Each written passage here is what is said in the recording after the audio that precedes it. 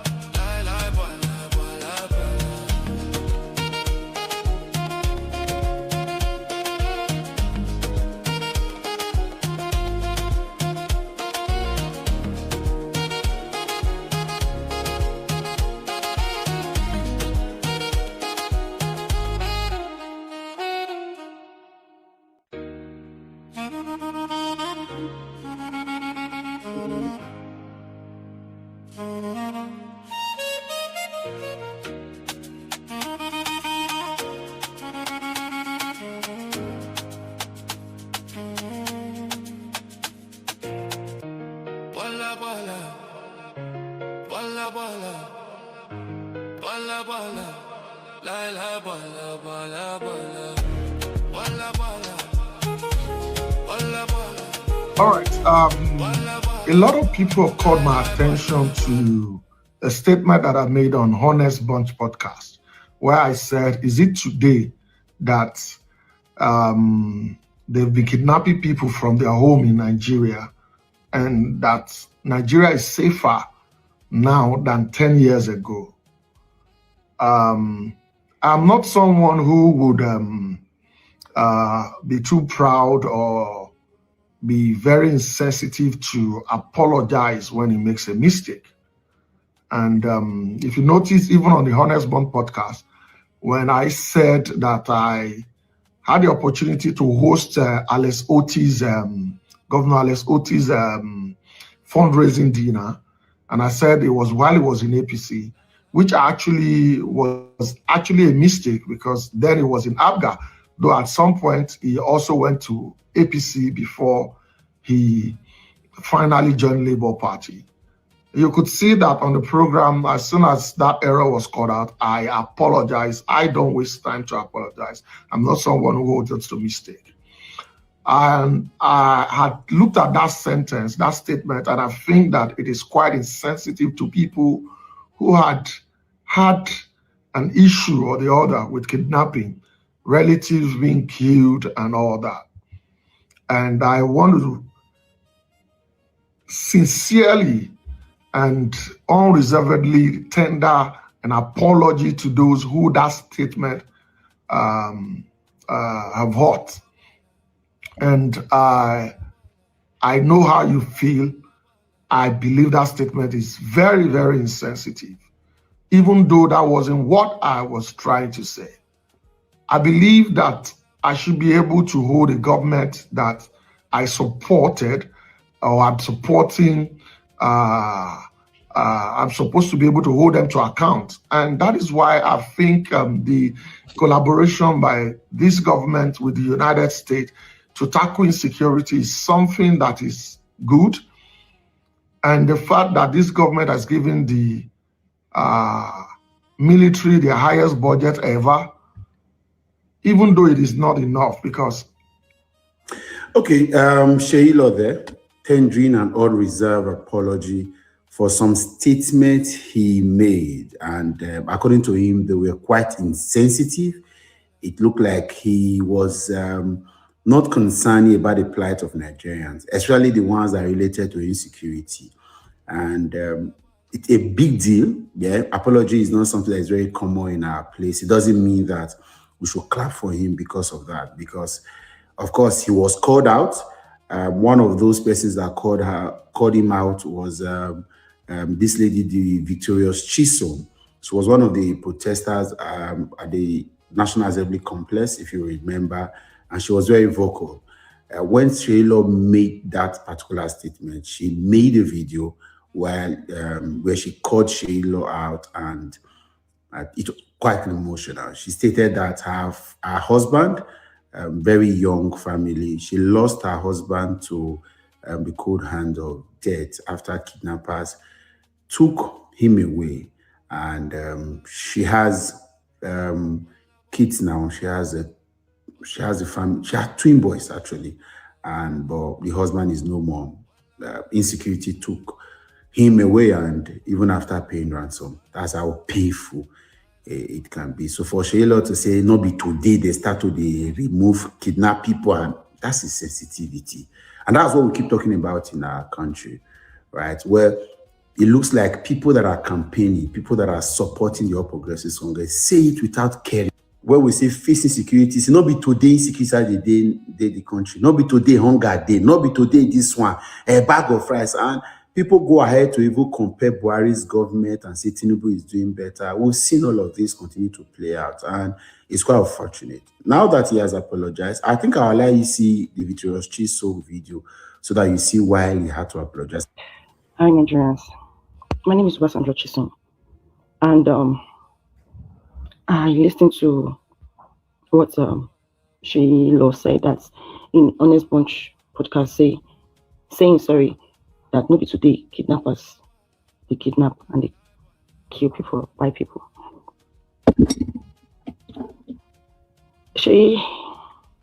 I'm a victim. My husband was kidnapped and killed. I've been battling with this trauma for 3 years now. At this point, I'm at home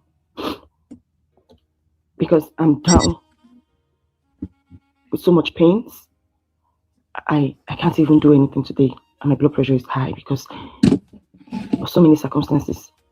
I've been literally fighting to stay alive for my children. So you see, I'm a victim. I didn't even enjoy my marriage.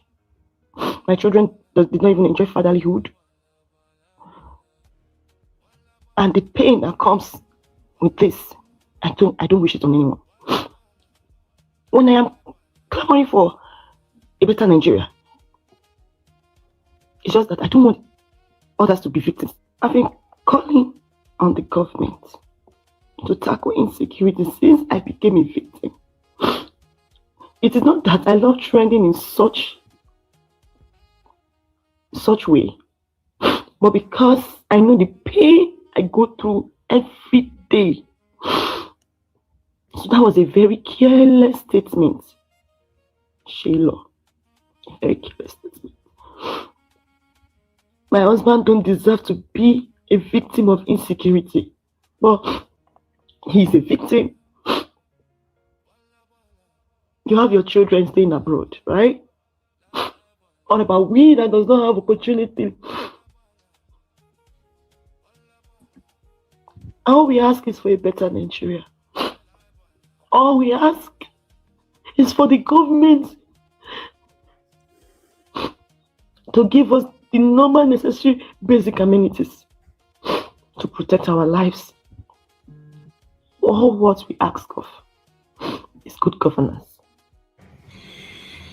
All right. A lot of people called my attention to a statement that I made on Honest Bunch podcast, where I said, is it today that they've been kidnapping people from their home in Nigeria, and that Nigeria is safer now than 10 years ago?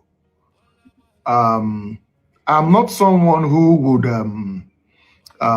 be too proud or be very insensitive to apologize when he makes a mistake. And if you notice, even on the Honest Bond podcast, when I said that I had the opportunity to host Governor Alex Otti's fundraising dinner, and I said it was while he was in APC, which was actually a mistake because then he was in Abuja, though at some point he also went to APC before he finally joined Labour Party. You could see that on the program. As soon as that error was called out, I apologize. I don't waste time to apologize. I'm not someone who holds to mistake. And I had looked at that sentence, that statement, and I think that it is quite insensitive to people who had had an issue or the other with kidnapping, relatives being killed and all that. And I want to sincerely and unreservedly tender an apology to those who that statement have hurt. And I know how you feel. I believe that statement is very, very insensitive, even though that wasn't what I was trying to say. I believe that I should be able to hold a government that I supported or I'm supporting. I'm supposed to be able to hold them to account. And that is why I think the collaboration by this government with the United States to tackle insecurity is something that is good.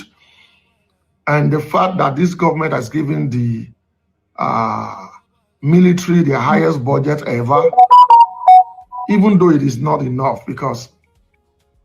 Okay, Sheila there, tendering an unreserved apology for some statements he made. And according to him, they were quite insensitive. It looked like... So Sheila said that Nigeria has never been safer than it is right now.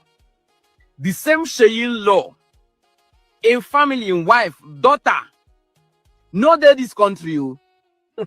This is the same Sheila. A few years ago, his mother's sister, his auntie, died in one general hospital because of lack of adequate health care. This morning, my mom's younger sister had an accident and they didn't have the right equipment to take care of her at the general hospital in Ibokoda. And in just a few minutes, she's been pronounced dead just because she fractured her neck in an accident. Let's do the right thing. Or super deck. You know, we forget for this country. The same Shein law that bad governance killed his auntie.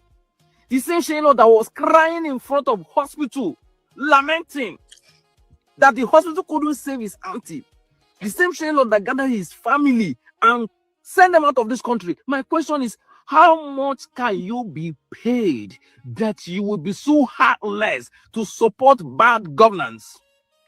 Because some people actually do not have the capacity to comprehend some information that they will believe what Shein is saying. Do you know that Shein actually convinced some people to support this evil government again? I mean, the person speaking, the Shein that is speaking, saying all those rubbish in Honest Bunch, is still the person that is running away from bad governance.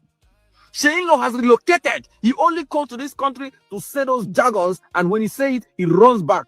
Una go know who go dey influence you now. Know who is influencing you. Because they might call them influencers, celebrities. What is celebrating about them? What do you need to celebrate? What is celebrity about those people? What are you celebrating about them? What are they influencing you with? In this time and age, we should leave influencers, celebrities outside. Check your life. Your life should influence you. Your daily activity should influence you. Your experience in Nigeria should influence you. The only celebrity you should know now is yourself. Celebrate yourself before you celebrate any amala face. Celebrate yourself before you celebrate any idiot who wants to convince you otherwise of what you are experiencing. Because your experience, you want to seeing, go to the market, go around. Can you travel interstate safe? Can you? If you cannot, the only celebrity you know now is yourself. Thank you. All right. Good morning, So Shein everybody. said that Nigeria has never been safer than it is right now.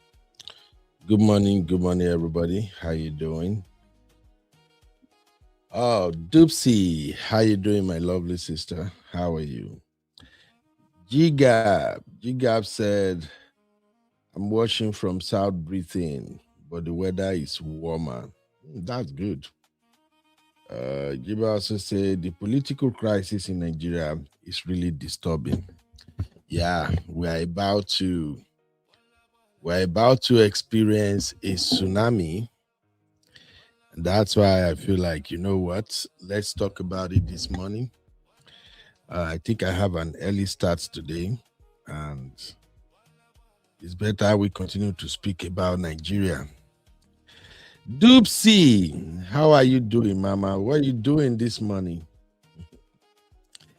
You're welcome. You're welcome. All right, do me a favor.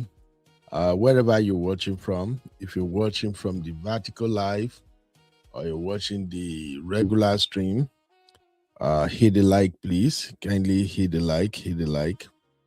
I have a question to address, and I'm going to ask everyone.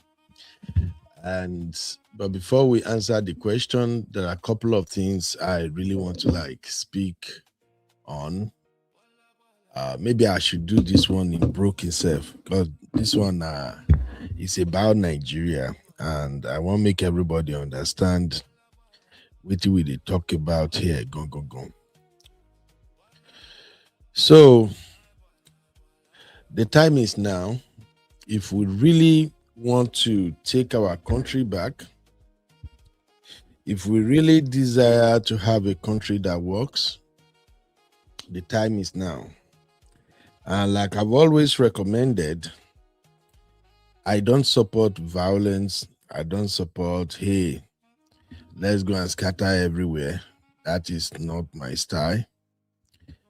However, I'm a strong advocate of collective action. I've been promoting collective action for a while on this platform. If we want things to change in Nigeria, we should learn how to take collective action. So the 2027 general election is fast approaching, and a lot is happening in Nigeria. So the APC had their convention. I don't even know if it is still ongoing, because I ain't gonna lie to you, I wasn't following APC at all. I'm not following them. The only reason I follow APC is to know what damage they are going to do next. And it's because we are all political animals. Like the popular saying, you may say, I don't want to have anything to do with politics, but apparently politics will shape everything about your life. So APC convention is ongoing, or maybe they've concluded it. I don't even know. Uncle Dayo, please, if you are watching, have they concluded the APC convention? But the convention in itself is part of the reason why I'm doing this live show. I think APC is about to implode.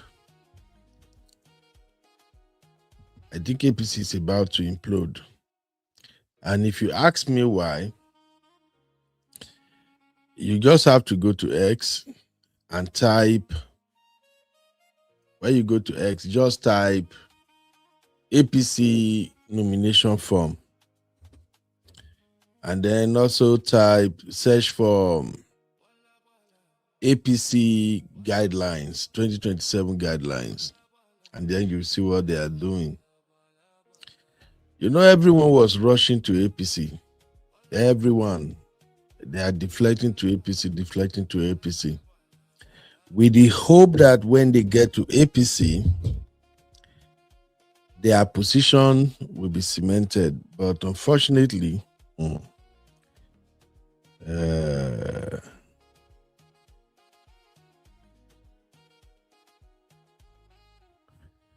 Okudayo, how could I say you be? What are your reasons for saying APC will implode? We are almost there, sir. You see, all those people rushing to APC, I'm so sorry. We all know that the vast majority of these folks, their hands are not clean. We know that.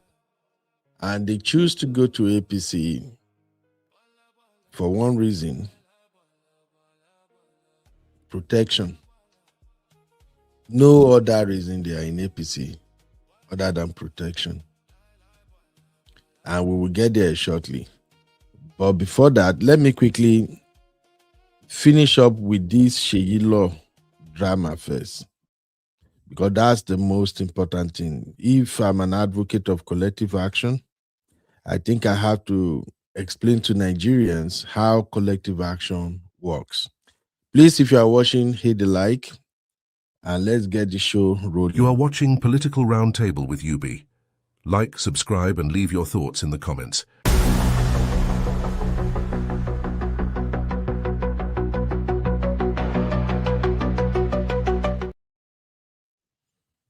All right, welcome back.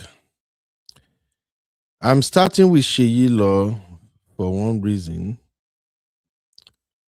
First of all, I'm not a fan of Seyi Law, even though Seyi Law is like my brother. We're both from the same area in Nigeria. Seyi Law is from Ondo State, Allege. I'm a boy. We roll together.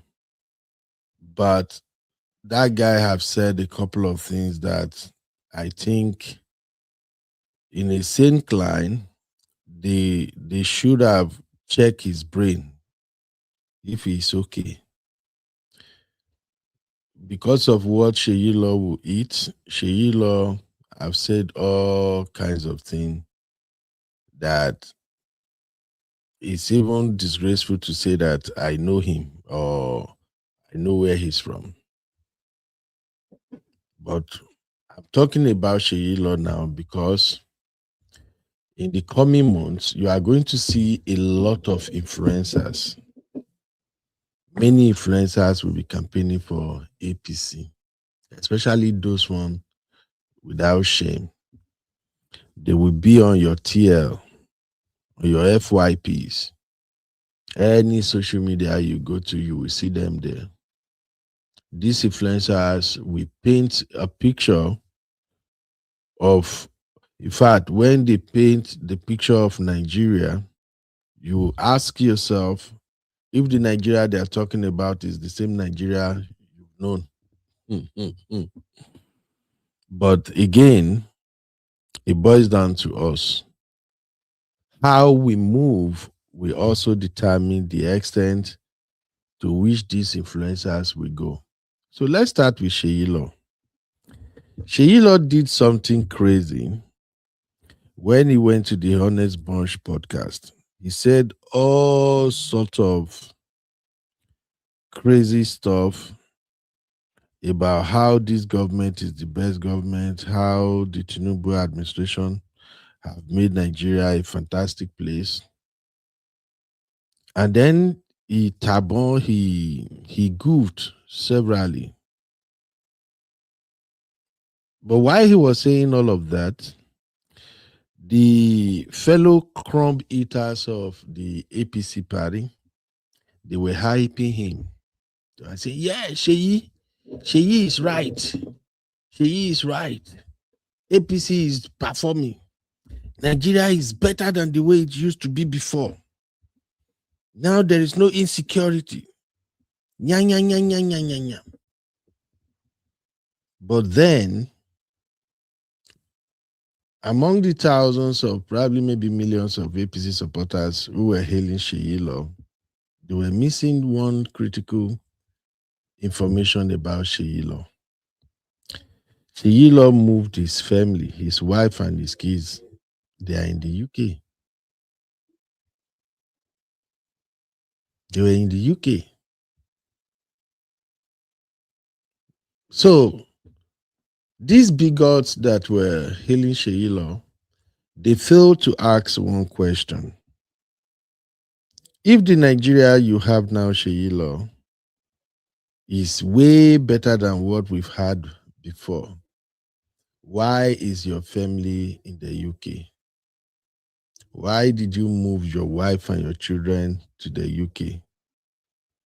They failed to ask. But I'm glad that this young man is able to ask Seyi Law that question. Let me show you his video real quick. Let me quickly take this out of the equation. All right. Take a listen to this, my people. Tinubu Sheyinlo is celebrating his wedding anniversary while preparing for APC National Convention, and he decided to post his family picture on X. And he didn't snap the picture in Nigeria. Unfortunately, he snapped the picture in UK or America, wherever he is. And that place is where things work. You could see the atmosphere, the environment, they have stable electricity, education is working, the health is, everything is working.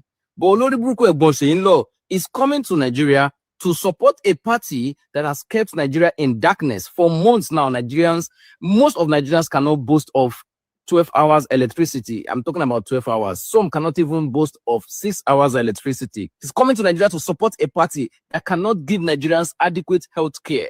Oloriburuku Sheyinlo is coming to support a national convention that will yield more suffering for Nigerians while he kept his family where things work. So the reason why I'm saying this is because I hope in future Nigerians will remember those that supported this evil government. And it is a pity that his beautiful wife and his beautiful children have such a father. Honestly, I wish there's a way they can separate his children and wife from the Epe. Tamashefun Egbon Sheyinlo, Oloriburuku Egbon Werewo, Tamashefun Sheyinlo, because this whole thing is annoying. You cannot keep your wife, your family where things work, and you come to this country, Nigeria, to support evil governments that have put us in darkness, that cannot manage security. They cannot even give us good health. Everything, the economy is dying. A country we are buying fuel as much as 1,600 naira, an oil producing country. That is what Sheyinlo is coming to support. Oloriburuku Sheyinlo is celebrating his wedding anniversary while preparing for APC National Convention, and he decided to post his family picture on X. And he didn't snap the picture in Nigeria. Unfortunately, he snapped the picture in UK or America, wherever he is. And that place is where things work. You could see the atmosphere, the environment, they have stable electricity, education is working, the health is, everything is working. But Oloriburuku Egbon Sheyinlo is coming to Nigeria to support a party that has kept Nigeria in darkness for months now. Most of Nigerians cannot boast of 12 hours electricity. I'm talking about 12 hours. Some cannot even boast of 6 hours electricity. He's coming to Nigeria to support a party that cannot give Nigerians adequate health care. Oloriburuku Sheyinlo is coming to support a national convention that will yield more suffering for Nigerians while he kept his family where things work. So the reason why I'm saying this is because I hope in future Nigerians will remember those that supported this evil government. And it is a pity that his beautiful wife and his beautiful children have such a father. Honestly, I wish there's a way they can separate his children and wife from the Epe. Tamashefun Egbon Sheyinlo, Oloriburuku Egbon Werewo, Tamashefun Sheyinlo, because this whole thing is annoying. You cannot keep your wife, your family where things work, and you come to this country, Nigeria, to support governments that have put us in darkness, that cannot manage security. They cannot even give us good health. Everything, the economy is dying. A country we are buying fuel as much as 1,600 naira, an oil producing country. That is what Sheyinlo is coming to support. Oloriburuku Sheyinlo is celebrating his wedding anniversary while preparing for APC National Convention, and he decided to post his family picture on X. And he didn't snap the picture in Nigeria, unfortunately. So you heard him right there. Let me keep this on the screen for a while. So Sheyinlo moved his family to the UK,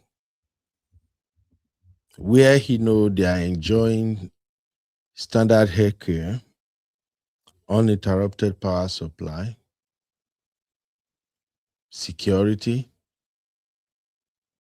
knowing fully well his kids are going to good schools,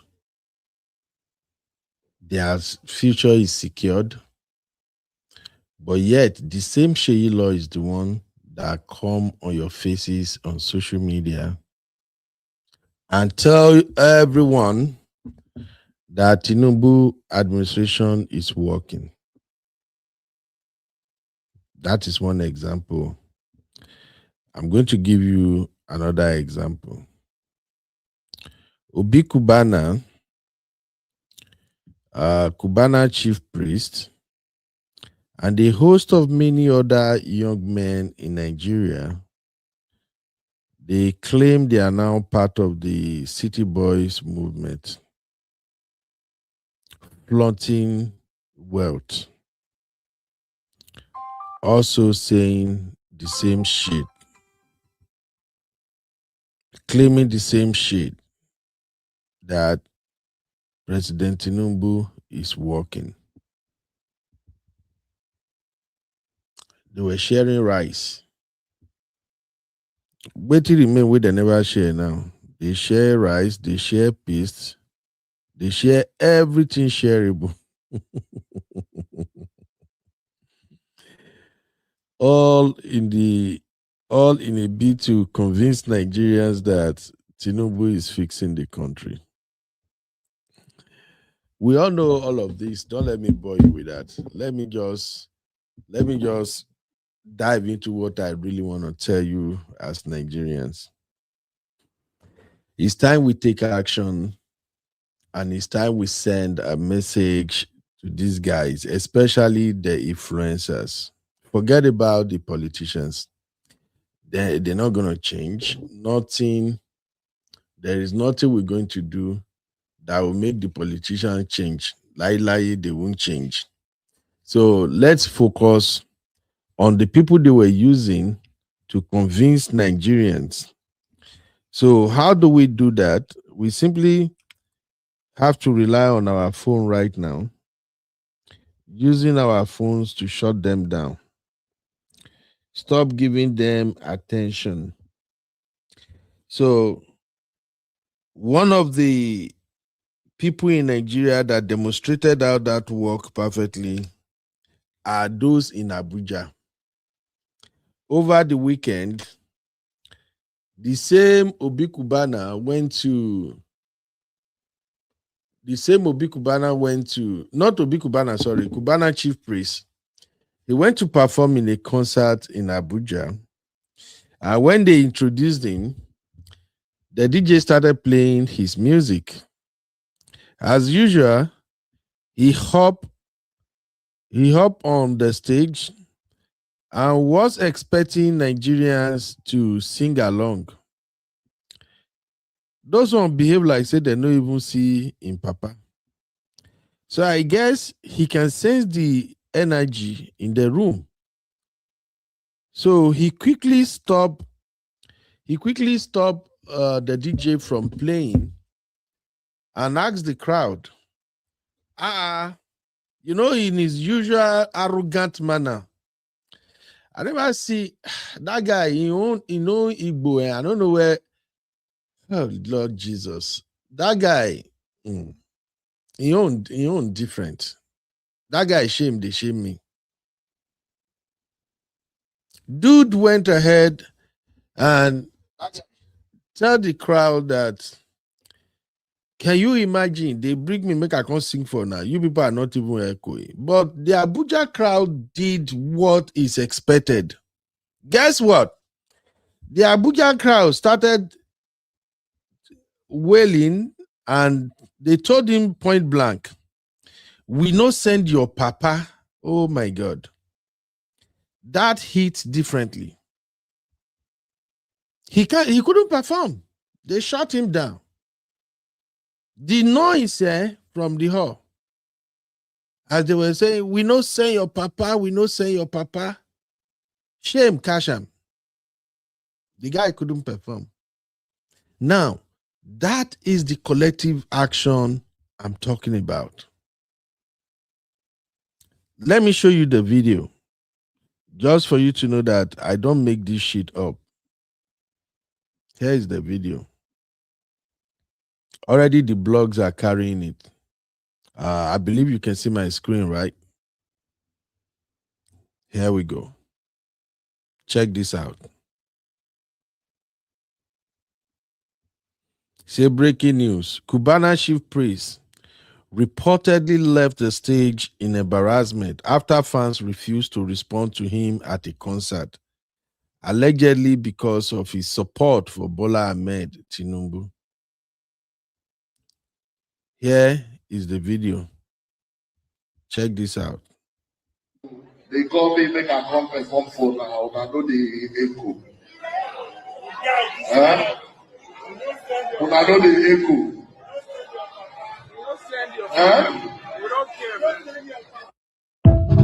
Abuja, waiting they saw. So they call me make a come perform for now. Una know the echo. Una know the echo.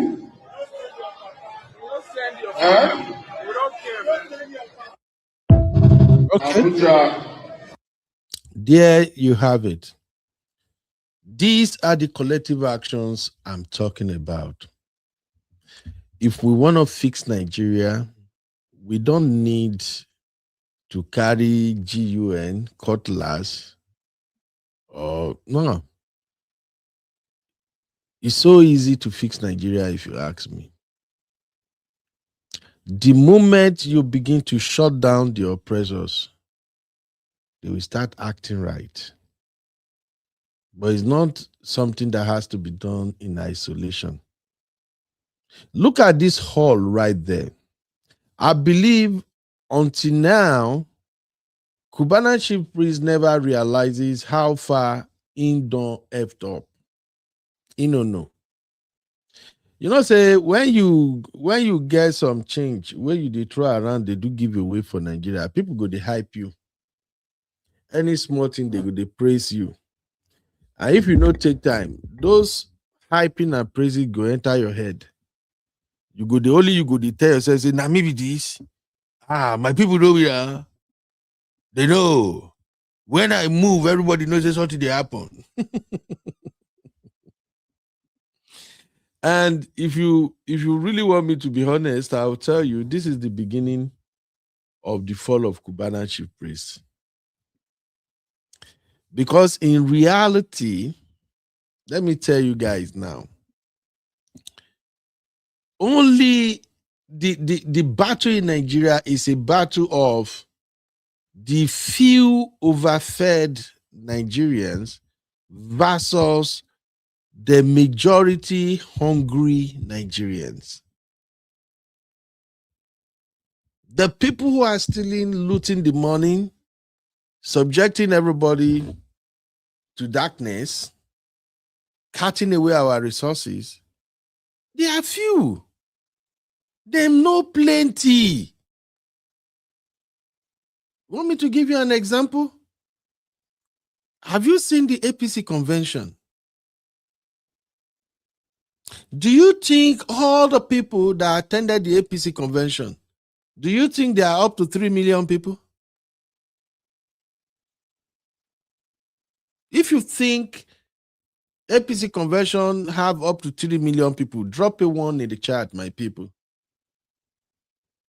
Drop a 1 in the chat. If you think they are up to 3 million, they are not. Oh, when I look at the gathering, I don't even think they are up to 1 million. Or do you think the stadium in Abuja, where they had that convention, do you think the stadium can contain 1 million people? I'm heading somewhere with this. The people who attended that convention, they are not up to 1 million. Which means, let's assume Nigeria population is 200 million now. What would be the percentage of 1 million people? It's not even up to 0.5. 0.5K. Maybe 0.1. Can he? No. It should be 0.01 or something, or 0.010 or something. Mathematicians in the house, please. Let me drop them. Those who attended APC convention, they are not up to 1 million. What does that tell us as Nigerians? Because I can guarantee you, the people who put Nigeria in darkness, the people who are making life difficult for the over 200 million Nigerians, the vast majority of them, they are at that convention. If you are following me, you will understand what I'm saying now. Thank you, Uncle Dayo. 0.05%. I know say they are not much. The vast majority of the people making life difficult For the entire Nigerian, they are at that APC convention, and their population is just about 0.05. Now, let me even shock you further. You see, at that APC convention itself, which of course they are not up to 1 million. Let's assume there are 1 million people at the convention. Out of that 1 million people, 90% of them are just crumb eaters. People who are eating from whatever fell off the table of those who are in control. Hey, Adejoro Victor, how are you doing? You're welcome. Because if you dig further, the people who put the entire country in chokehold, they are not up to 2,000. They are not. From across the 36 states in Nigeria, if you begin add their numbers together, they are not up to 2,000. And yet they put all of us in chokehold. The question is, how are they able to do that? Is by using others against us.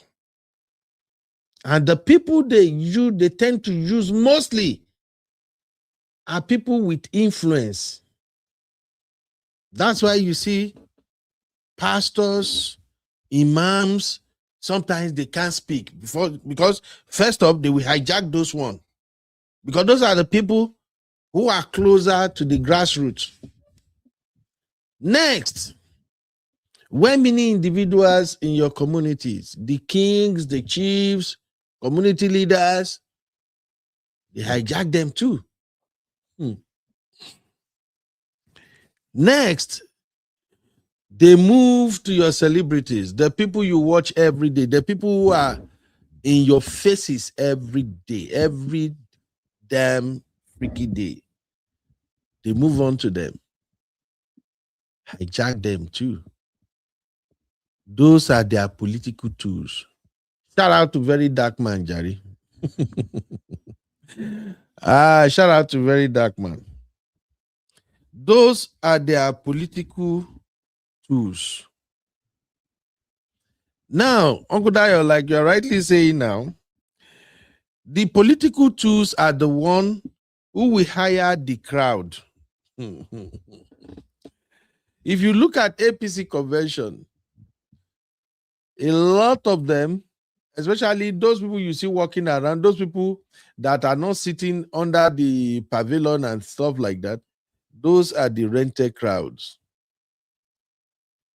So, if we really want to fix Nigeria, like I've always said, it's not by fighting, it's not by violence or anything.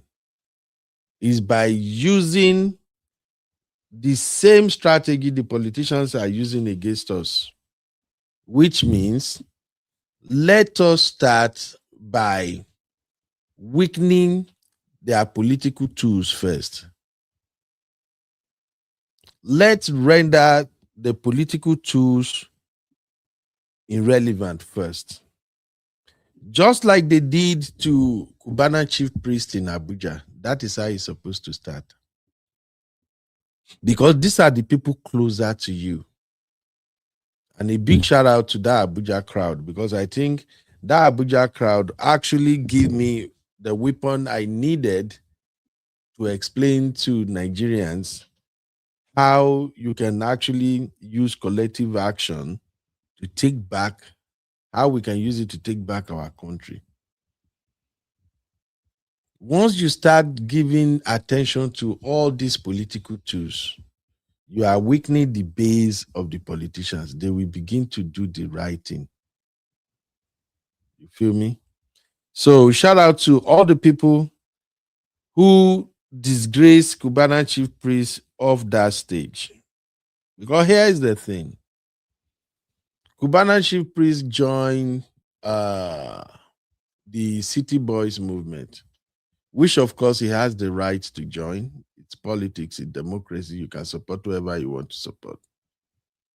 But what Cubana chief priest, to me, what he had done wrong is trying to change the narrative, trying to tell Nigerians that what waiting their eye they see, no be waiting they happen. What do they call that thing? Is that not gaslighting?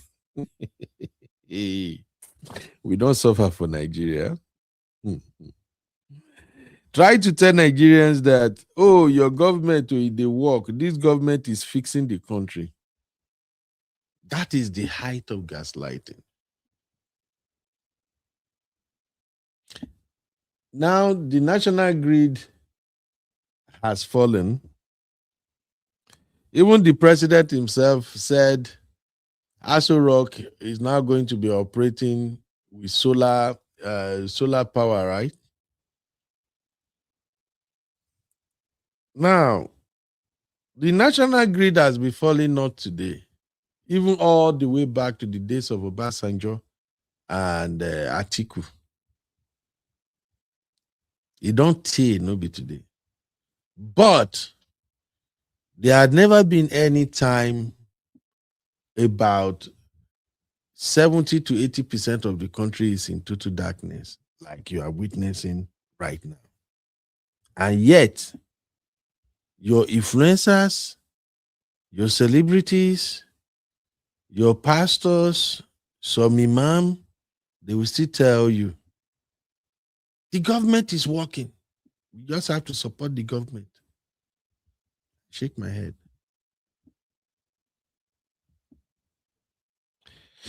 These mad people who are supporting bad government in Nigeria,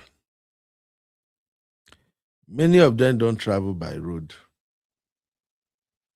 They are always on air. They are flying. From Lagos to Onitsha, Lagos to Abuja, Lagos to everywhere, Abuja to wherever. Anywhere they are going, they are flying. How many people can afford flying in Nigeria? So why the roads are bad? Why kidnappers hijack the road, kidnapping people, unleashing mayhem on everybody? These MF are flying. And the person that's supposed to protect Nigerians is not doing shit. All we heard is propaganda. And yet, these your celebrities, they are the one that they will start using now. They will bring them to you and tell you. They will ask them to tell you, the country is working. Tinubu is working. So, my advice to Nigerians is simple. Let's begin to shut down the influencers. Any influencer that is supporting bad governance, begin to shut them down. Make it difficult for them to even speak in public, but don't attack them.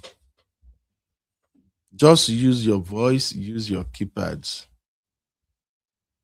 They are still going to rent a lot of crowd, but they know.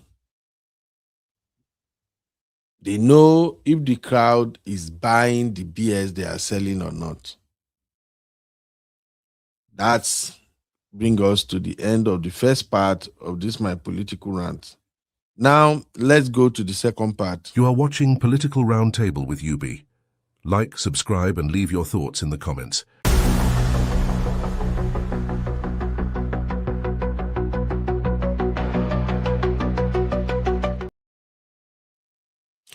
All right. Welcome back. I know, as you see on the top lane, I said 2027 battle, the end for APC. I'm just asking a question. You know, all this while when people are cross-carpeting to APC, before you know, they'll tell you, this person don't join APC, that person don't join APC. Everybody is kind of like wondering, what is going on in APC? Why is everybody crossing over to APC? And like I told you, in my opinion, the reason these people are crossing to APC is, first of all, for protection. It's for protection, nothing else. And then some of them cross over to APC because they thought that by joining APC, their re-election is guaranteed. Majorly, especially when you see the Southeast governors, Southwest governors, and many other governors in the North, all of them, the incumbent governors that cross over to APC, their sole reason for crossing over to APC is protection and re-election. Remember, these folks are coming from different parties, majorly from PDP. Almost all PDP has decamped to APC now. I think few of them who still have their dignity, instead of joining the APC, they opted for other parties like ADC and the like. But we all know they move in their numbers to APC. Why? Some of them have stolen money. If you remember, even though Tinubu might not have done like even 60% well, but we have to give Tinubu his flowers for at least increasing the state and local government allocation and ensuring that they get their funding when it's due. We all know that right now, the state governors and the local government chairmen, they are receiving more money from the federal allocation than ever before. And I think one time Tinubu himself was crying, saying, you people should ask your governor and your local government chairman. They have the money. Anyway, the problem we have right now is that at the APC convention, they introduced their form. And these are the prices attached to the form, according to what is circulating on social media. So the cost of APC nomination and interest form for various positions. So they attach this caption: the All Progressive Congress has pegged a nomination and interest forms of aspirants in various positions as follows. Please pay attention to this. Shout out to all the people watching on TikTok. Thank you very much.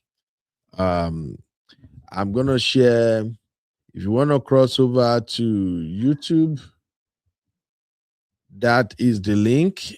You can follow me on YouTube. I stream on YouTube mostly, but because I'm having a lot of friends on TikTok, I just feel like, let me share this to TikTok. Hopefully it can get to the right people. So APC published their nomination form and interest prizes, and they said nomination and interest form for president, that will go for 200 million.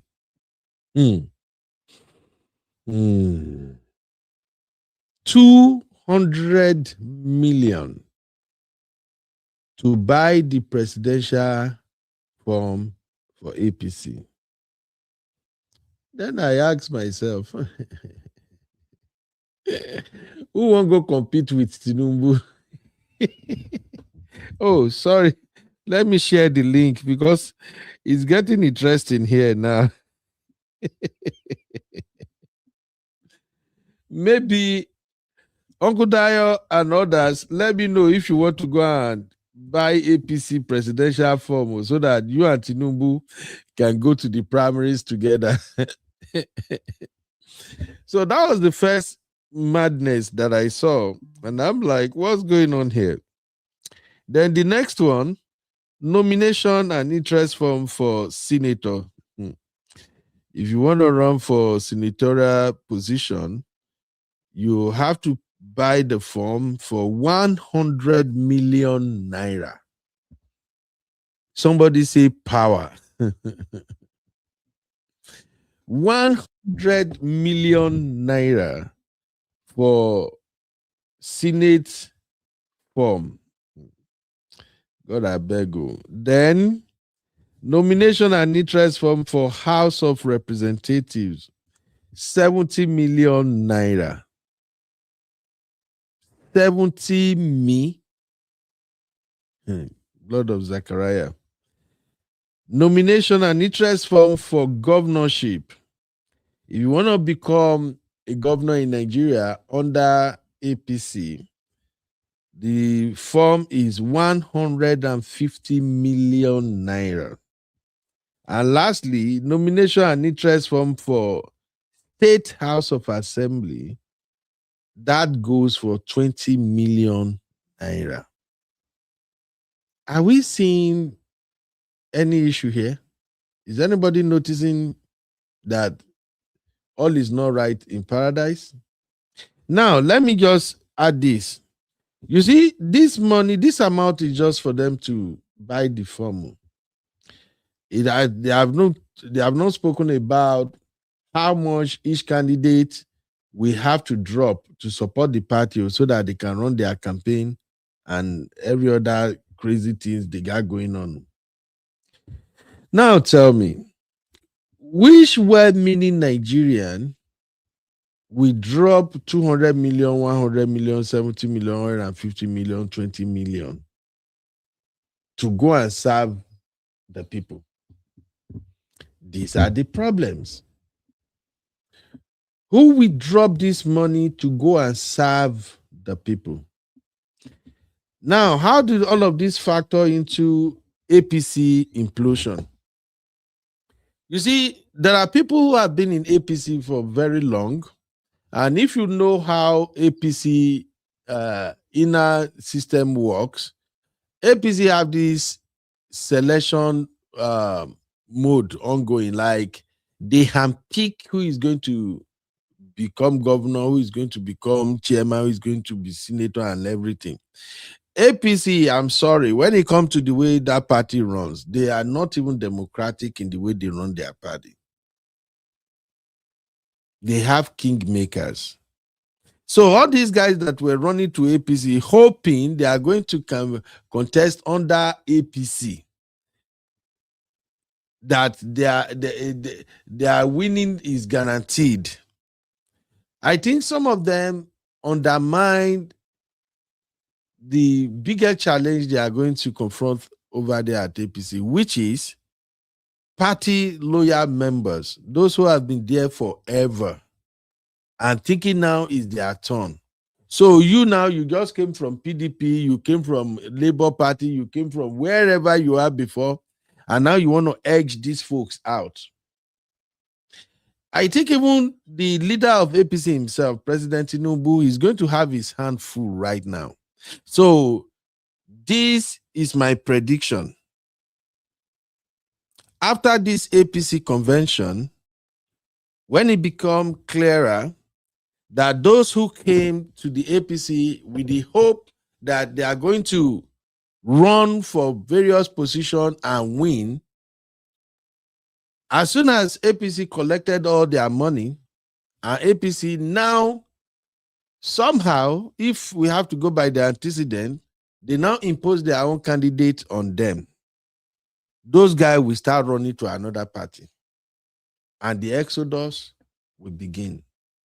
And the ill fighting will start. Remember, APC itself has its own, because the picture APC is trying to put out there is that they are united. They are one solid, strong, biggest party in Africa. That's the picture they are painting. But inside APC itself, they have fractions. They have factions. They have maybe it has changed now. They will have some people they will call the progressive, the conservative, or something like that. They used to have that before. And now that APC has become bigger, I know that problem also will grow with them. So that's my prediction. Even before the 2027, APC will have to be fighting the enemies within. Now, I'm not saying that APC is not going to win the election. Remember, they are still the party in power. I'm just saying there's going to be a lot of fracas. among these people that ran to APC. Now, let me also add this. When I was scrolling on X, I saw that there are some group of youths. They say those youths are from Kogi State, that they have raised 100 million to buy presidential form for President Tinubu, and they laugh. Remember, Uncle Dayo, Yaya Bello, is he not from Kogi State? Yes, sir. I can tell you for free, there are no youth in Kogi State that raise 100 million. It is Yaya Bello's and nothing else. That thing was funny. When I saw it, I'm like, youth in Kogi State raise 100 million. Which youth? Oh, God. And then you can go by the word youth. You can go by the word youth. I think Yaya Bello still fall in the category of youth. So I think it's still carried. Yeah, Bello no be you too. No, it still fall within the category of the youth now. Shebi they were saying is the youthful governor when he was there. Oh my that guy. Now, Uncle Dayo, let me just get your take. Let me get your take on these APC nomination forms, sir. Now, first thing first, Uncle Beno, because they have so many. See, the reason why they put this money like this is because they have so many potentials of all the people that are coming from other parties to come and join them. So they make the stakes to be so high that many of them may not be able to come forward again. Only just about few of them that are really serious and that have the wherewithal. That's number one. Number two, this particular money is just to buy nomination form. I mean, just by A10 form. A10 form that is, I am interested in contesting for this post. And the money is not refundable, as I normally say. Once you pick up the form, whether you win the primaries or not, the money goes to the party. You cannot go back and collect the money. Then, apart from your form, the money for the form, you said also that they will still ask you, what are your contributions, financial contributions to the party? You must drop something for that also, which if you can pick up form for instance now, maybe for about 150 million for a governorship candidate, then you know how much you can drop also to support your party. So they have now increased the stakes so high that many people that came from other parties and even many people from their own party too, except those ones that are really well to do, will be the one or those ones that have the godfathers that can back them up. Because we know that in this kind of a game, many of them will be sponsored by their godfathers. So they will be the ones that will be able to buy it. And that to me has killed it for any common man that has good intentions to come into politics, to come and contest, to save Nigeria. They've closed that gate. Now it has become battle. I mean, it has become like a reward for the best winner. And if you're going to go into politics by this, definitely when you get there, you are going there for the money. You are going there for the money. Yes. So it's no longer a politics of I'm coming to serve my country or I'm coming to serve my people. It's a politics of I'm coming to make my money. Such a shame. Thank you, sir. Thank you, Uncle Dayo. Thank you, Uncle Dayo. Now, the way things are moving in Nigeria right now, I think the APC, they are still undermining what opposition parties will do. Me personally, I don't have faith in the opposition party anymore. Make I don't lie, because I was thinking the opposition party, they will have got their act together by now, decided on who is going to be their presidential flag bearer and all that. But the one they are saying that, okay, we are doing convention, we're going to have primaries and all that. That is like a process that is not needed if truly the party really want to like compete with APC. But I don't think there is any hope there. I don't think so at all. I see Peter Obi and Kwakwaso video was trending last week, or like last week.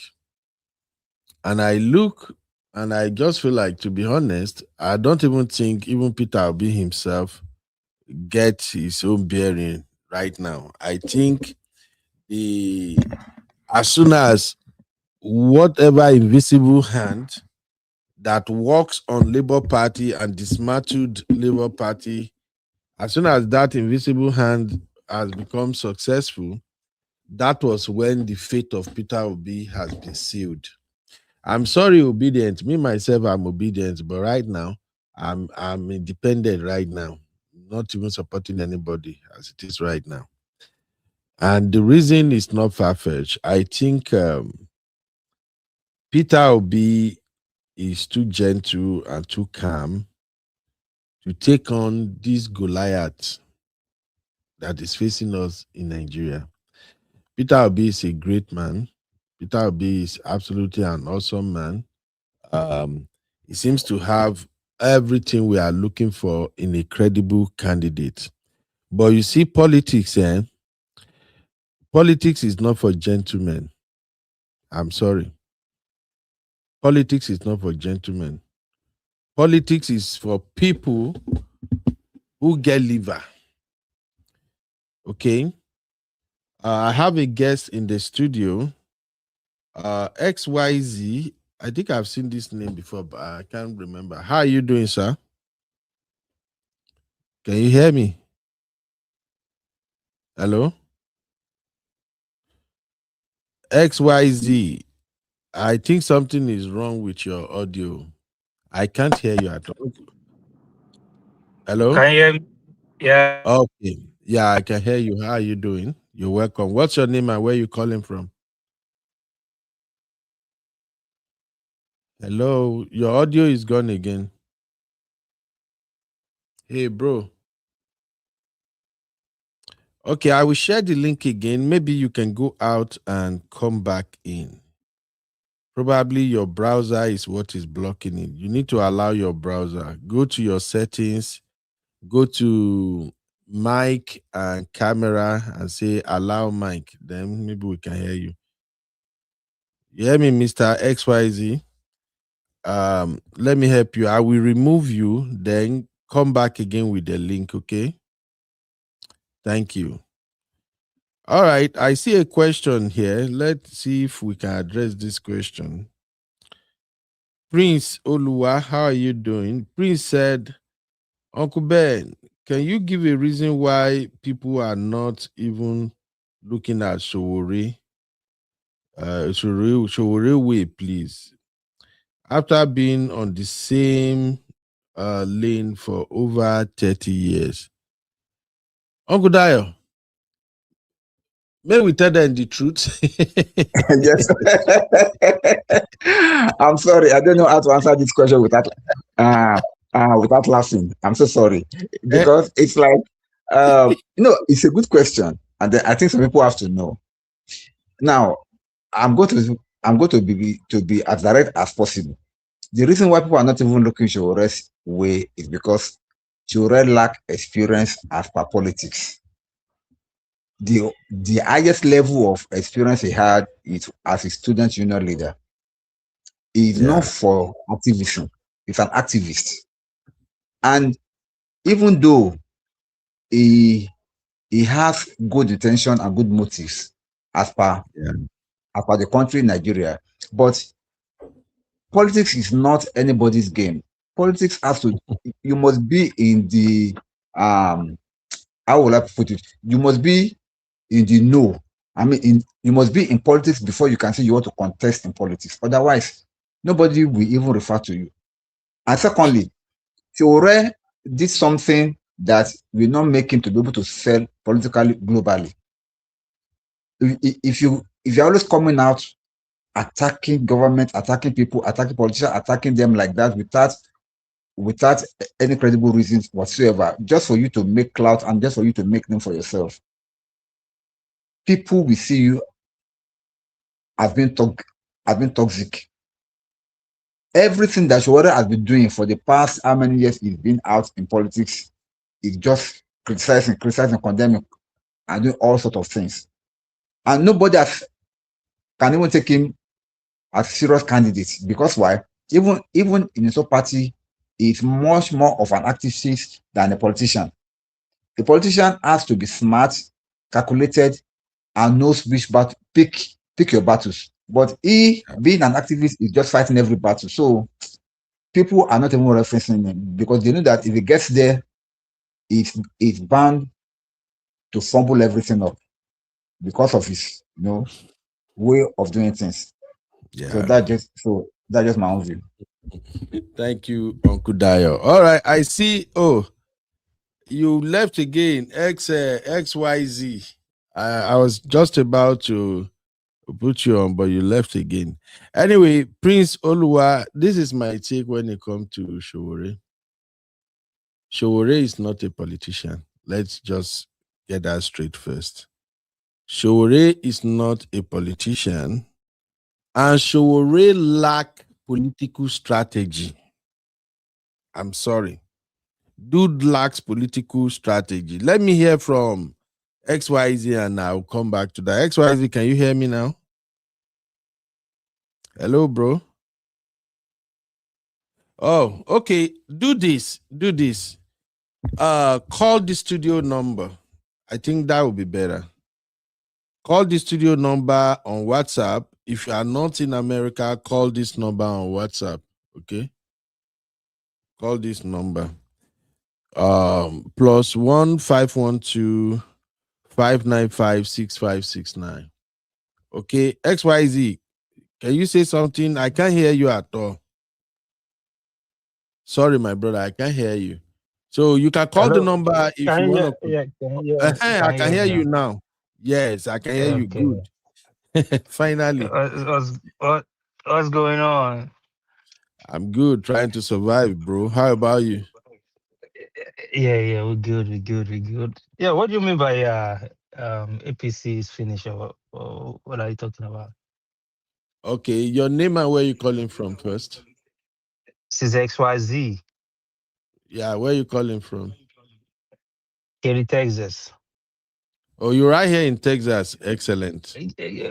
Ben, you know they remember anything. I've been on You your they show for change so many you they times. change your name. I remember now. Okay. So what do you mean Okay. by APC is finished? What do you mean? No, I That did the not the say end it. for I the didn't end say it for is finished. APC? It's a Is that the question. end? Oh, It's a okay. No, question, no, my no, brother. no. No. They're not finished. That's the only political. That's the only viable political party in Nigeria. So Okay. they dominate everywhere. There's nothing anybody can do about it. Nigeria is a one party country, and there's nothing anybody can do because the opposition are not serious. They don't know what they're doing. So the dominance of APC is going to be there for a very long time. Hmm. You think Yeah, it's so? going to be. I know so. You see the way, see what everybody's going there. I mean, look at Obi. That one is not a serious politician at all. And Mhm. now he's going to meet Kwankwaso for what? He registered in ADC. Even the primary is not even sure for you in ADC. So what is he doing? I don't understand that man. Okay. So I don't. under- Mr. do Gwaji, Yeah, if I can ask a question, sir, if you don't mind. yeah, yeah. You said something about APC being the only party in Nigeria because everybody's good there and they're the only functional party in Nigeria. But if you can recollect, there was a time that PDP was on that same spot, if you remember. It's yeah. It wasn't like this. You cannot compare when PDP was the dominant party. You cannot compare it with what is going on right now in Nigeria. That it's totally different era we're talking about. Everything have changed. That's different. You can't compare that time to this time.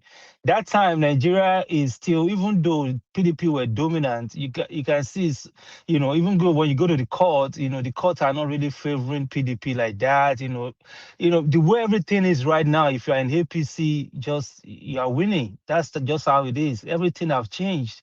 You can't compare it. Then PDP wasn't even attacking opposition or not even allowing other opposition to even register. The way APC is doing it, there's nothing any opposition can do. They attack you, they kill your party, they pull rifts in your party. The court is favoring them. Wike is in PDP and is working for APC. It has never ever happened before. So the way everything is right now is total dominance. 100%. So you sounds like you are APC supporter. Hello?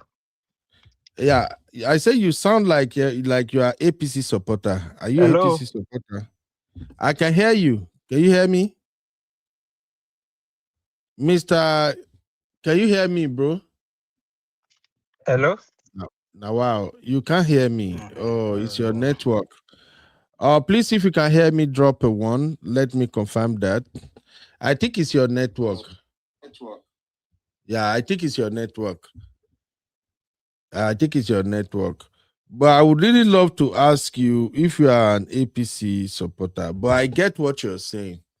And that's why I'm convinced that the next coming election, this 2027, yes, APC will dominate. APC will do everything to win. But that does not mean that the people are voting for APC. Maybe I should say that again. APC may dominate in the upcoming election. They may occupy everywhere, but that doesn't mean that people actually vote for them. Okay, sorry. Can you hear me now? Yeah, I can. Sorry, man. I'm trying to play soccer here. I'm in the field, so maybe the network is bad. Yeah, I know they go fit today. I beg. Make I just do here. So the way the other guy was saying now, like, you cannot compare that time to what is going on right now. What is going on right now, it's unprecedented. It's different. This is the total capture. How can you have a top political guy working for APC and still say that he's in PDP and is destroying PDP and the court, everything is favoring APC. Everything is favoring APC. During that Obasanjo time that you have a little bit of dominance of PDP, it wasn't like this. Then the courts were still a little bit fair, but right now, even then, they were not even attacking political party like that. But right now, it's total defeat. It's total capture. Yeah, I got you. But I was asking before I lost you, are you APC supporter? No, I'm not. I'll never be APC supporter. Never. Okay, so you are just looking in from outside. Oh, yeah, but if you see the way Nigeria politics is played, you can see that the regular voters don't have a say. If you like, go and vote in thousands. That's not the counting, and the court of law is the main point. And if you don't have power in that aspect, you are not winning any election. You are not winning any election. If you like, one person should vote for APC and let 500,000 people vote for ADC, right? They will change that one to 1 million, and there's nothing anybody can do about it. Nothing. When they take you to court, they defeat you there. Anywhere you go, they defeat you there. So it's a total capture. The voters don't have a say until they come out and say they want to do revolution and protest in masses. Okay, fine. But right now, it's a total capture. The Nigeria state has been captured by these politicians, and there's nothing anybody can do about it. That is the reality. So, my brother, if I may ask you now, what is the way out? Well, the way out is for the people to protest and stand for their rights and make sure that they come out in protest every day, even though they're throwing triggers at you. Keep going, keep going, keep going. and you will get result. But when you protest today and they throw tear gas and you go back to your house, and tomorrow you protest and like 5 people come out today, tomorrow 2 people are coming out, you're not going to get result. 5 people today, tomorrow 10 people, next tomorrow 20 people. That's how you get result. But if you cannot fight for your right and you chicken out, there's nothing. These guys are criminals. These guys are not joking. It's a total capture.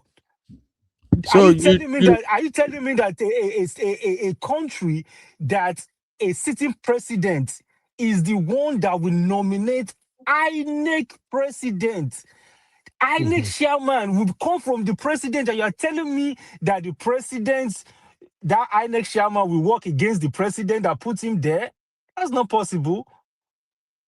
It's only Jonathan time that happened, and Jonathan is just a weak politician. That's why he just accept defeat. Nobody, no president in the world will do what Jonathan did. So people like Jonathan, he can just they are rare. They don't come all the time. Even when Jonathan was accepting defeat to Tinubu, his guys were fighting that no, you cannot do that. But he's just not that strong. But this Tinubu guy we are fighting. This Tinubu guy, this one will never ever let you do anything. So the INEC chairman will never work against Tinubu. That's not possible. Never. Okay. Now, do you think protest is the only way Nigerians can turn things around? Oh yeah. What else can they turn things around? It's only protest. It's only protest. You have to, bro. Listen. What else do you want to do? They weaponize poverty. They give them rights. They go see. If you want to capture, the first need of a human being is survival, is food.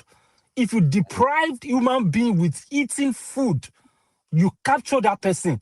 You've captured the person, the way the person thinks, the way the person speaks, everything, you hold it in your hand. But if you give that person food, if that person can survive food, then the person will think and question whatever you are telling him. But if you deprive him from food, people are hungry. You are telling them about policy. People are hungry. You are telling them about come out and protest. They will not listen to you. They need to eat first. This is the card the APC is playing. Let them be on. Put hunger in the land. Then you will capture them and they will listen to you. They will do whatever you. When you are hungry and they give you 1,000 to come and vote, you are telling me you will not collect that money. Of course you will collect it because your kids are hungry. People need to eat. Hunger is a terrible thing. The reason why average American person will think and stand for their ground and question their politician is because they don't lack food. Human beings need to eat first before anything. You want human being to think properly. When he eats, then okay, you will now say, okay, what's up? What's going on here? Okay, but you said they should go and protest. People will not eat now, they won't go protest. That's why they cannot go. It's a lot of things. That's why they cannot come out. That's why they will go out. That's why it's just a lot. That's why I'm saying that it's a total captured. It's a total captured. Okay, that's why I'm thinking there are better ways to go about like it. How? Tell me how. All right. First off, protests cannot work in Nigeria for one obvious reason. Religion. Okay. Religion. No. You tell me you asked me and I said protest. Now I want you to tell me. I'm going there. Forward. I'm going there, but I want to make sure that you are following me. So it's a conversation right now. Do you agree with me that protests cannot work in Nigeria because of religion, first of all? Oh yeah, religion is the tool. Is part of the. In fact, is the part of the. In fact, is the top issue in Nigeria that is keeping the people the way they are. It's not only in Nigeria. It's a global thing. It's not only in Nigeria. It's a global thing. Yeah. Okay, good. Thank you for at least agreeing with me on that, because your pastors, the imams, these people, many of them are getting fed right now. They are getting fed by the politicians. They are pumping money to them like no tomorrow right now. And the money they are pumping for them is to do one thing, to keep their mouth shut. Yeah, it's not all about Now, yeah. now, when they keep their mouth shut, the second task the politician will give to them is to continue to tell the people to be patient. Is to be Well, patient. see, Now, can you hear me? It's deeper. I can hear you. Is deeper. Is deeper than that. See, like I said, human being. If you know the Maslow hierarchy of need, the bottom is survival, which is food first. In any society in the world, when life is difficult, hope is the cheapest commodity to sell to anybody. It's the biology of the human being. When life is difficult, whatever they preach to you, if it Okay. has to do if it has to do with survival and hope, you will buy it. Okay, That's why good. pastors. That's why it's so easy. It's so easy for pastors to sell hope to the congregation that are poor, but they cannot sell that hope to somebody that is actually living well. It's difficult for them to sell that kind of hope. Okay, so that's the reason why it's part of the reason why protests will not work in Nigeria. Number two, why protests cannot work in Nigeria. You have somebody like Showore who we hijack the protest one way or the other. And Showore is another debate on it, so I never just get in time. I'm beginning to see him as an agent. I'm sorry, Showore, if you get to hear this one now, make it no provoke you. Just walk on your way. Showore is a bigger problem in Nigeria. As much as I respect what he's doing, his advocacy, how he's fighting for the poor, taking on the police, taking on the establishment and things like that. What is coming out of Showore's mouth and what Showore is profiling as the solution to Nigeria problem, it cannot fly. We know what Showore is recommending is heading nowhere. People like Showore, they are the type that will even mislead the masses. I'm sorry to say. So if you want to protest, you have somebody like Showore that will jump out and figure how to at least raise his own voice too. For instance, when they had NSAS protest, if that NSAS protest was led by somebody like Showore, they won't get results. So that is a conversation for another day. But if you are going to protest, people like Showore will jump out. They will say they are leader. You will never get the result you wanted. Now, another reason protests cannot work in Nigeria is that Nigerians are not ready to sacrifice for anybody. Nobody won't fight for anybody. We all know that. That's why right here on this show, I've had a couple of people who will come here and recommend, Nigeria should fight. Everybody should go and fight. Then I will ask them one question, and I'm going to put that question to you now, my brother. If you are in Nigeria today now, say you don't have the privilege to be an American and live here in the US. If you are in Nigeria, will you go out and protest under this administration that don't care? This is an administration that thousands of Nigerians have died from the So hands of what's the bandits, Boko solution? Haram What's the and everything. solution? What's the solution? I just ask, will you go and protest, bros? Oh, I'll protest now. Why not? I will do my best. I will do my best. See, will you listen. Let me tell you something, right? Even though, if I'm in Nigeria, I don't think I'm too daft or not intelligent to know what is right and not been thinking for myself. Everywhere, anywhere I found myself, I try my best to do the right thing. The way I can contribute to Nigeria progress or little level of development, if I find myself in Nigeria, is to continue to be doing the right thing. these politicians we are talking about, they are still products of Nigeria. They are from one home in Nigeria that they belong to one family and everything. So if we Nigerians too can try our best to be doing the right thing, just small, I think we're beginning, just to change the way we think, our mindset, and the way, I think you can leave politics for them, but when it comes to your own community, your own environment, are you doing the right thing? If we decide to do the right thing, like you build your house and you're making rent so hard for people, or even in your community, you're making life difficult for people, even the small company you have, you're making life difficult for your staffs, you are not paying them, even though you're making money, the way you treat your help, your gatesman, all these little things. If we Nigerians can behave a little bit better, I think we're beginning to change the mindset of Nigeria and make our community a little bit more better. But Bro, when you find yourself in position and you just decide to make life difficult for people. Okay, I'll give you an example. I went to Nigeria a couple of years ago, and I went to one restaurant in VI, you know, and these restaurants have they have like a rooftop that when you go to the rooftop, you'll be able to see the Eco Atlantic and see Lagos and all that. It's a good view. So after eating, I said, okay, let us just go upstairs and see, what's going on. And they say we cannot go there. And I say, why? They say it's just for members only.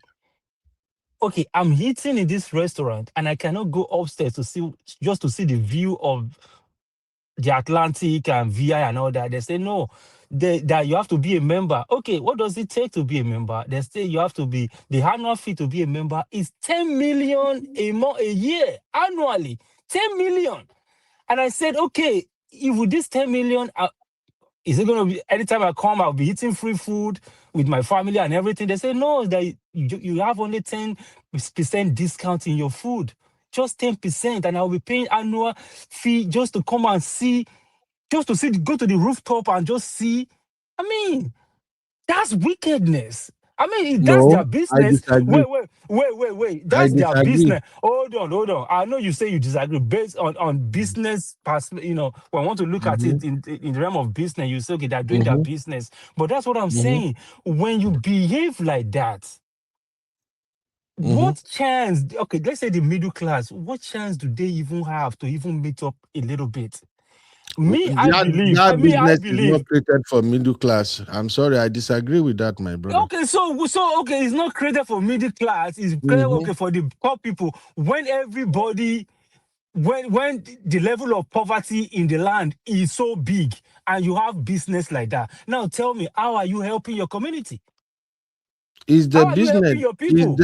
that business is not meant for the community, bro. Okay, so when everybody behave like that and you are saying politicians are stupid, and you individual, you put on the business that even the little common man in Nigeria cannot even benefit from your business, just small, by paying their money and give them access to little things. No, that little things have to be for the rich people. Now, what hope does the poor people have?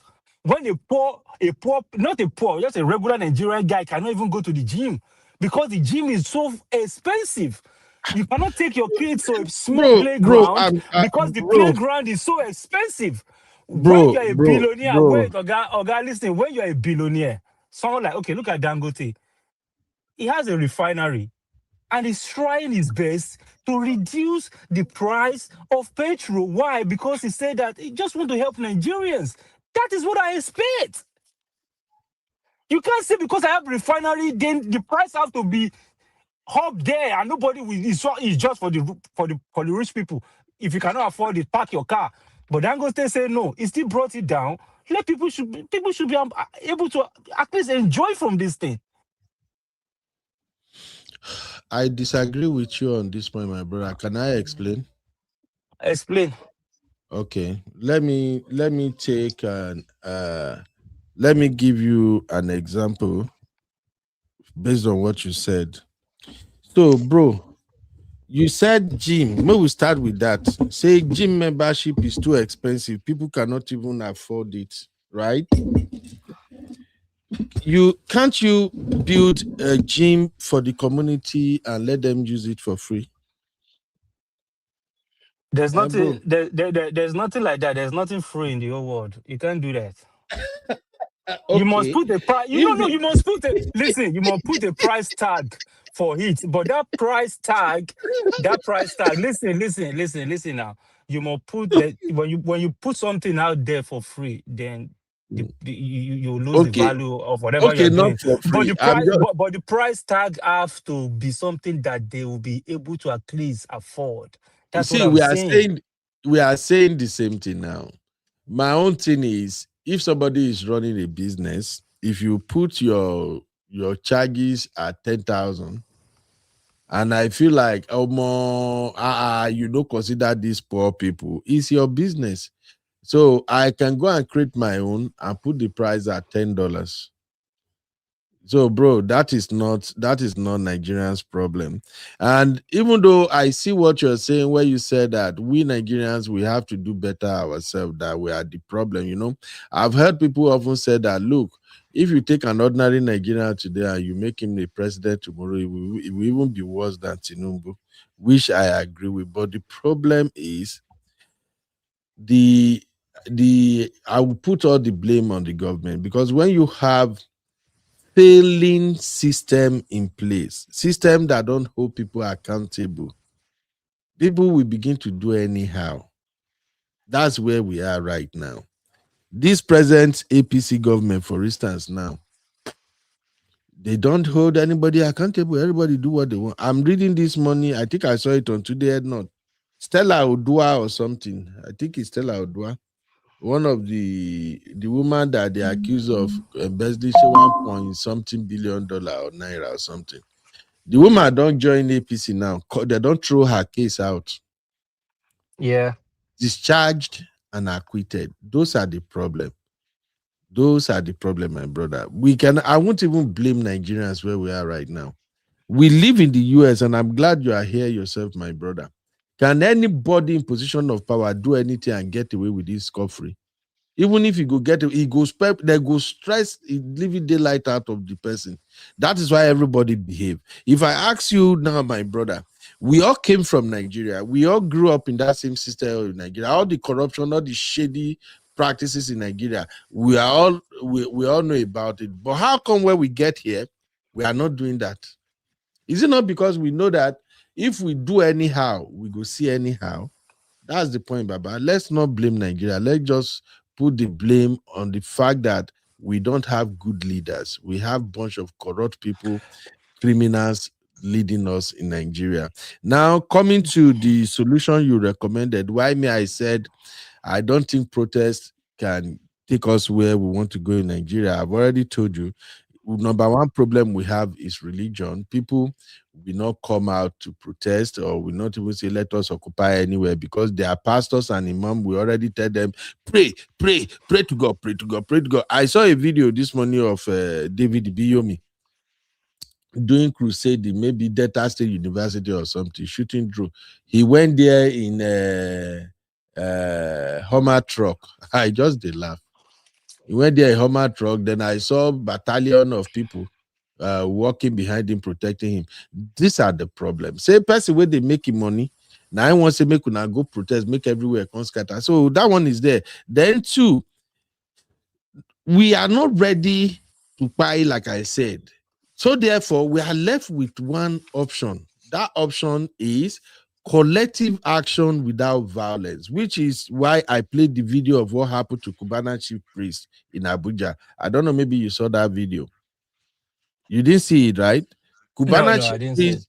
Cubana chief priest was invited to perform in a concert in Abuja. And when it was time that they called him to come and perform on stage, the people in attendance, they booed him. They told him, we no send your papa. He was singing. Well, you know how singers will be singing and then they want the audience to get involved, you know? They no answer them. He left the stage in embarrassment. Why? Because people in that hall, they united together and throw it at his face that you are a useless guy. for But telling us do you that know? Nigeria is doomed. But do you know? Let's look at it in the generality of Nigeria. Mhm. Those people that in that hall, if you look at those people, compared to the people that cannot do what they did, they are very, very small in number. Someone like you will do that. Someone like me will do that. But how many are we? Can you hear me? I can hear you. Yeah, how many are we? We are in very, very small numbers. In the whole Nigeria, people that can actually think and say, let's go out and do this, we are very small. But the majority of the people that actually have voice that can change things, they don't think for themselves. Religion has affected them, poverty have affected them, a lot of things is affecting them, so they cannot think. Those are the people that need liberation. There's what All they right. call the 5% in America. They believe that 85% of the population in the world are dumb. 85 is dumb. 10% knows the truth, but refuse to liberate those 85 and make those 85 know that, hey, this thing is wrong. But the 10% are the ones that are controlling the 85%. But the 5%ers are the ones that are trying to tell the 85 that, hey, guys, wake up, wake up, wake up. Those Mhm. 5% are very small. You No, you are in those 5%. The people that the politicians and pastors are manipulating, they are in millions. no Millions. problem. Exactly. I agree, my brother. So that We have Obi Kubana that you are talking about now. If you go to his village now, you will see 500,000 people shouting his name. Poor people shouting his name. But you will see majority of 10 people that are not poor that will tell him, get out, I don't send you. Why? Because those ones can think for themselves. They are okay, they can eat, they can feed for themselves. But those 500K people, Obi Kubana would manipulate them and use them to win the election because they lack a lot of things in life. That is the story of Nigeria. absolutely. Until you liberate Okay. those ones, then Obi Kubana is in trouble. But if Obi Kubana want to really control that community, he has to try and keep those 85. Keep them below minimum and make them hunger, make them always depend on him when they need help, then they can control them and he will control them for life. That's Okay, the my story. brother. We have other people in the studio. I really enjoy talking to you. You can still hang around if you want to. No, I'm Although here. I'm gonna end the show once it's 2 hours on the dot. But let's go to our people. We have Mr. Simba in the building and Uncle Dayo. Uncle Dayo is my co-host anyway. Mr. Simba, you're welcome, bros. How you doing? I'm Bros, you are fine. muted. How could be no? How you doing, my brother? I do. What's up? I just do. Did you follow the APC convention and their form and all the brouhaha that comes with it? Yeah. So, what do you think will happen? I don't think there's anything that will happen after the end of. They are, I think APC has this. They have the machinery to resolve any crisis that might result from the convention. They have, they are the ruling party. They have enough position to shares among whoever is agreed Mm. by the convention. So I don't think there's any much that will happen from it. The people who are buying the forms, there are some people that they already screened out and they have the money, they meet all the requirements. Some of them are already complaining now. You think those people, That one I started even before the convention. okay, Mm-hmm. They've been complaining okay, before the convention. That one is not okay, today. They've been doing that for years. Mm. Let okay. me tell So, you, generally, if you are looking at just that, Uncle Beno, take the let me floor. say this. Let Okay. me say this. Let me tell you, there is no party in Nigeria. That is the nature of our politics. Let me tell you, even with the opposition, let them have their convention, you still see some people complaining. You cannot satisfy everybody. That is in it. So whatever you see and you think that, oh, this will lead to this, it's not going to happen. Let's say DC have their own convention today, you will still see some migrant people complaining, and even any party whatsoever. So let me tell you, if it's the opposition that had their own convention today, like they had their own yesterday, I mean the APC, and you are hearing this kind of thing, people will start speculating. They will say, it's APC that is causing the problem within the opposition party. But now, who is causing this one now? You understand? So you see, all even in the opposition, they look at PDP. They have their own convention in Ibadan. Everybody will start taking side with one group or the other, saying, no, it's the ruling party that's causing the problem. Now, if you now see the problem within the ruling party themselves, who do you blame for that? Which problem? Which problem? No, except the brouhaha that comes with it. That's what I'm saying. Like all these people that are complaining. They are complaining about the form, the price, the amount of money they will No, spend to some of get them the. are screened out. They didn't allow them to contest because some of the positions are actually non-contestable. Okay, all right. Oh, sure. Yeah. I mean, that's APC for you. That's how they structure their party. So, and So, there's nothing anybody can do. Mr. Simba, Yes. how do you think Nigeria can go about enjoying the dividends of democracy under Tinubu? You know what baffles me is that when people narrow down on one regime as if it's that regime that caused the problem of Nigeria. I've been following.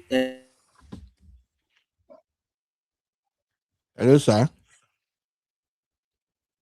Mr. Simba, we can hear you. Do you maybe you receive a call? MPN. Okay, go ahead, sir. You understand? And people were voting. Well, in fact, at that time there was nothing like what is this card that they used to issue to people before you can vote.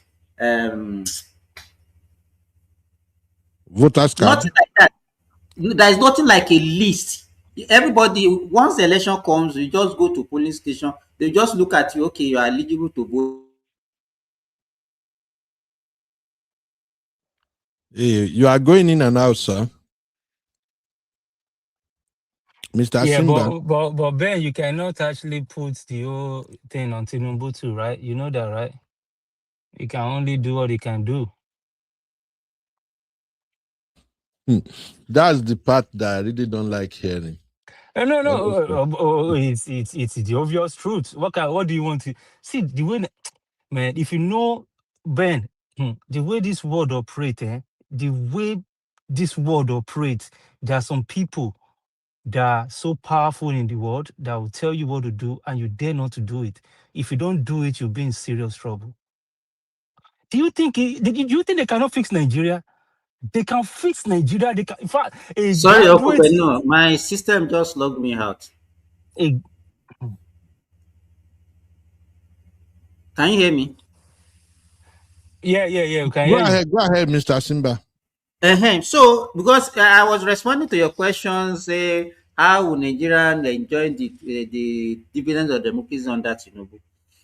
If we are looking at Tinubu as the problem of the country, then we are not going to solve the problem of Nigeria. Let me tell you, Tinubu has, let's say he's going to even win the next election in the next five years or so. He's gone. Another person will come. You understand? So we should not be limiting our discussion based on one person. We have seen the trajectory of our democracy right from independence and the way we evolve over time.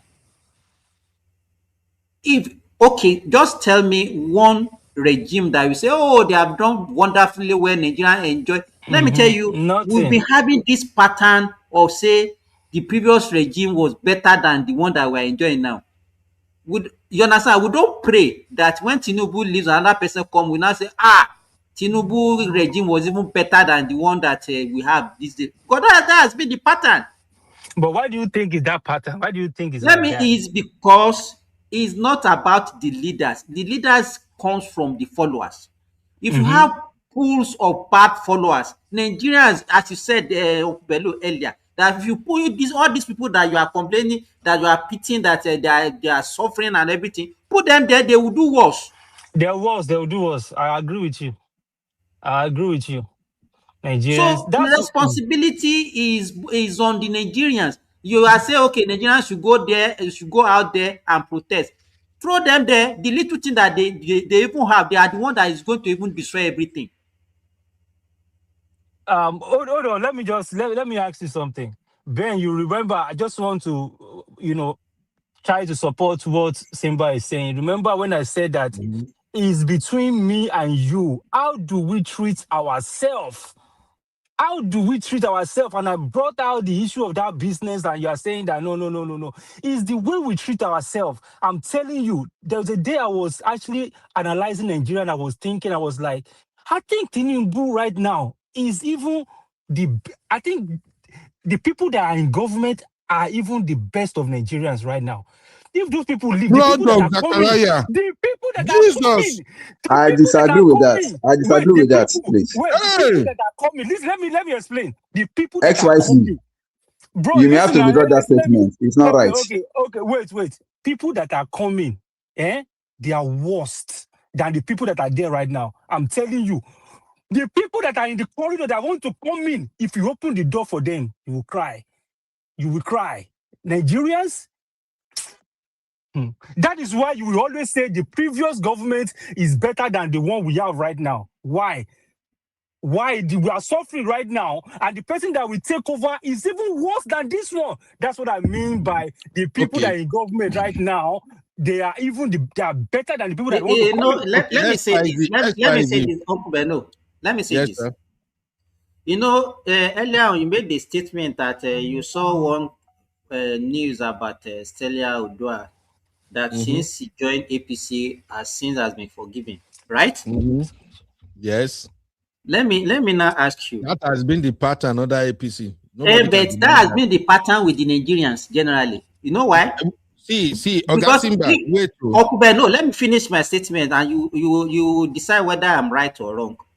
All right. Nigerians, if you are a thief, let me tell you, if you are a thief in Nigeria, you've been in government before, you have stolen a lot of money, and you now join the opposition, Nigerians will forgive you because you are now opposing the ruling government.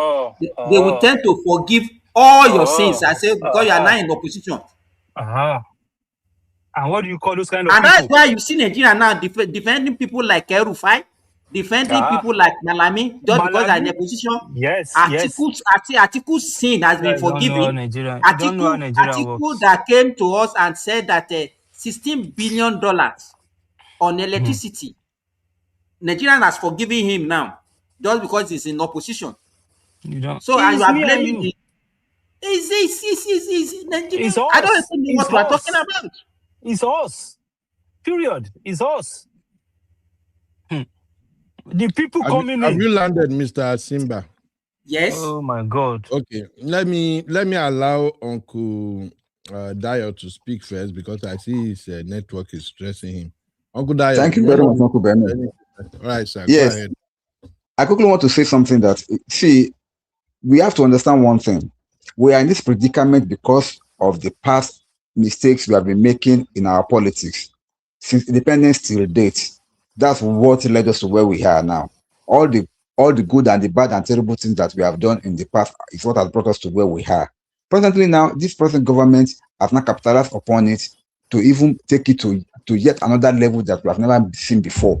And if you are going to be talking about this present government, I want us to realize something, that this is not going to be the end of Nigeria. Nigeria have been through things like this before. When some government thinks that they are the all in all, somehow, Nigeria still continues. Nigeria will still surpass all of us that are talking. By grace of God. So what I'm trying to say now is that if you are talking about which way forward, Uncle Beno made mention of something which I love. It's a collective effort, and that example was what he gave.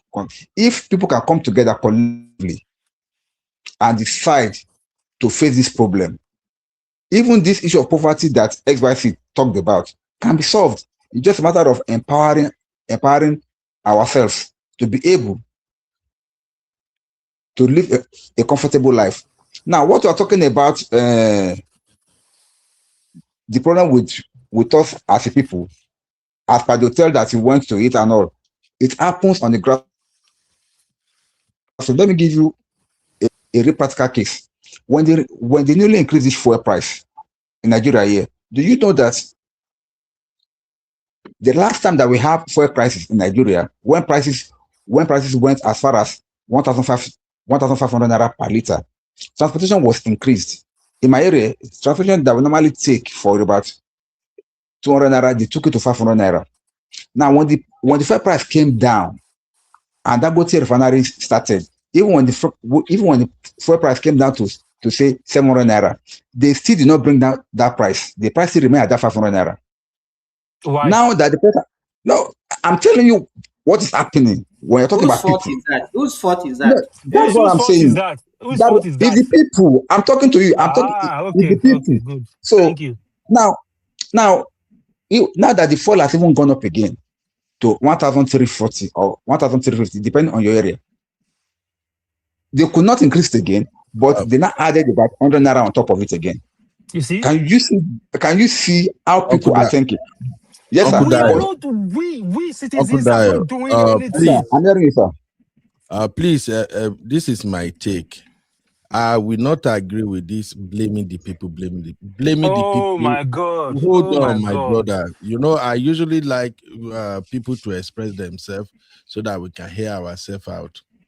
I won't buy into blaming Nigerians for what apparently is the poor performance on the part of the government. We are here right now, the four of us, if we have opportunity to make more money, we will make it. I'm a businessman.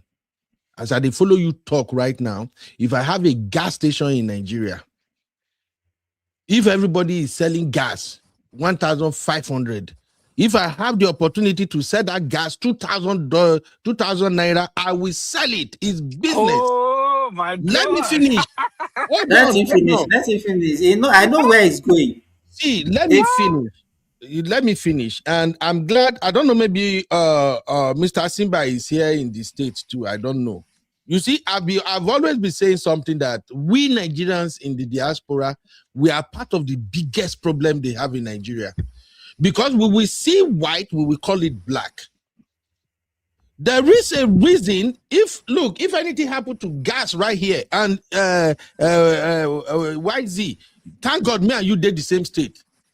If anything should affect the prices of gas right now, it's affecting it right now. As they are changing the price in Austin, they are changing it in Houston, they are changing it in everywhere. As soon as that problem is taken care of, and the price is supposed to come down, that is the same way they'll be changing it all across, my brother. We live here, we know. Why are they doing it like that? Is it not because there is a regulatory body that will actually come after you?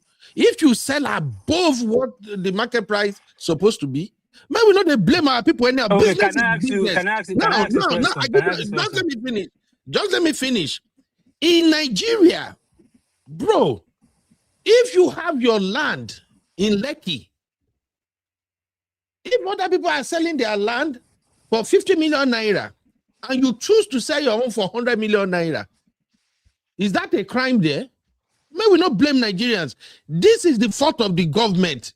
I just don't like the way we are excusing the government and shifting attention away. No, who is responsible for monitoring the fuel marketers in Nigeria? It's the government, Uncle Ben. It's the government. Uncle Ben, the person that talked earlier was not talking about fuel. He was talking about 2,000. Wait now, Uncle Ben, do you believe in allowing market force to determine? You can't be telling say okay, if you are a transporter, you cannot take more than this. If you are selling this is the cap for. You It's not you are living in a capitalist country now. Why are you talking as if everything should be Ben, legal? I have question for you, please. I have question My, for you, the Ben. point I'm making is, when people want to defend Tinubu and APC, Don't they look will, at, we are not figure defending, to we are the talking people. about reality. If you are looking Nobody, at it no, from everything that we say, Bro, you are looking at it Ben, from defending Tinubu. Ben, You you are just talking about the contradict reality of our yourself. country. You are Mr. just Simba, limiting this yourself. Ben, is, Ben, I'm coming, I need please. to I'm ask you a coming, please. question, Ben, please. I'm I need coming, to ask please. you a Mr. question. Simba, my thing Yes. is, if people hold the government accountable where they're supposed to hold the government accountable, and then they now start blaming the people, it makes sense. But once you just say, oh, yeah, this thing, it has always been like that, Okay, see, okay. Tell, that's the Ben, tell whole us, philosophy for Nigeria be that. Uncle Bello, Ben, let me tell ask you us this question, please. how the people can Okay. hold the You government want a better accountable. Just Nigeria, tell us. right? Okay. You want a better Nigeria, right? Yes. You want a Nigeria where things will be at least cheap for Mm-hmm. average Nigeria to be able to Not afford, cheap. right? No, let's not put it that way. Wait. Let's not put it that way. Not cheap. Okay. Okay, But not cheap. frame Okay. your question another way around. Affordable. Let's use affordable, right?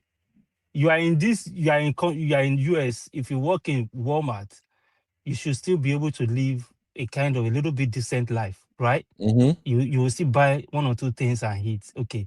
You want to see that kind of Nigeria, right?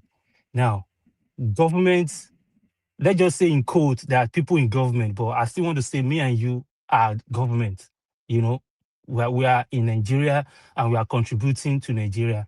Now you claim that you want a good Nigeria, you want a better Nigeria, but you find yourself in a position where you open a business or you Mm-hmm. want to sell the land, that Mm-hmm. people are selling that land for everybody in your community.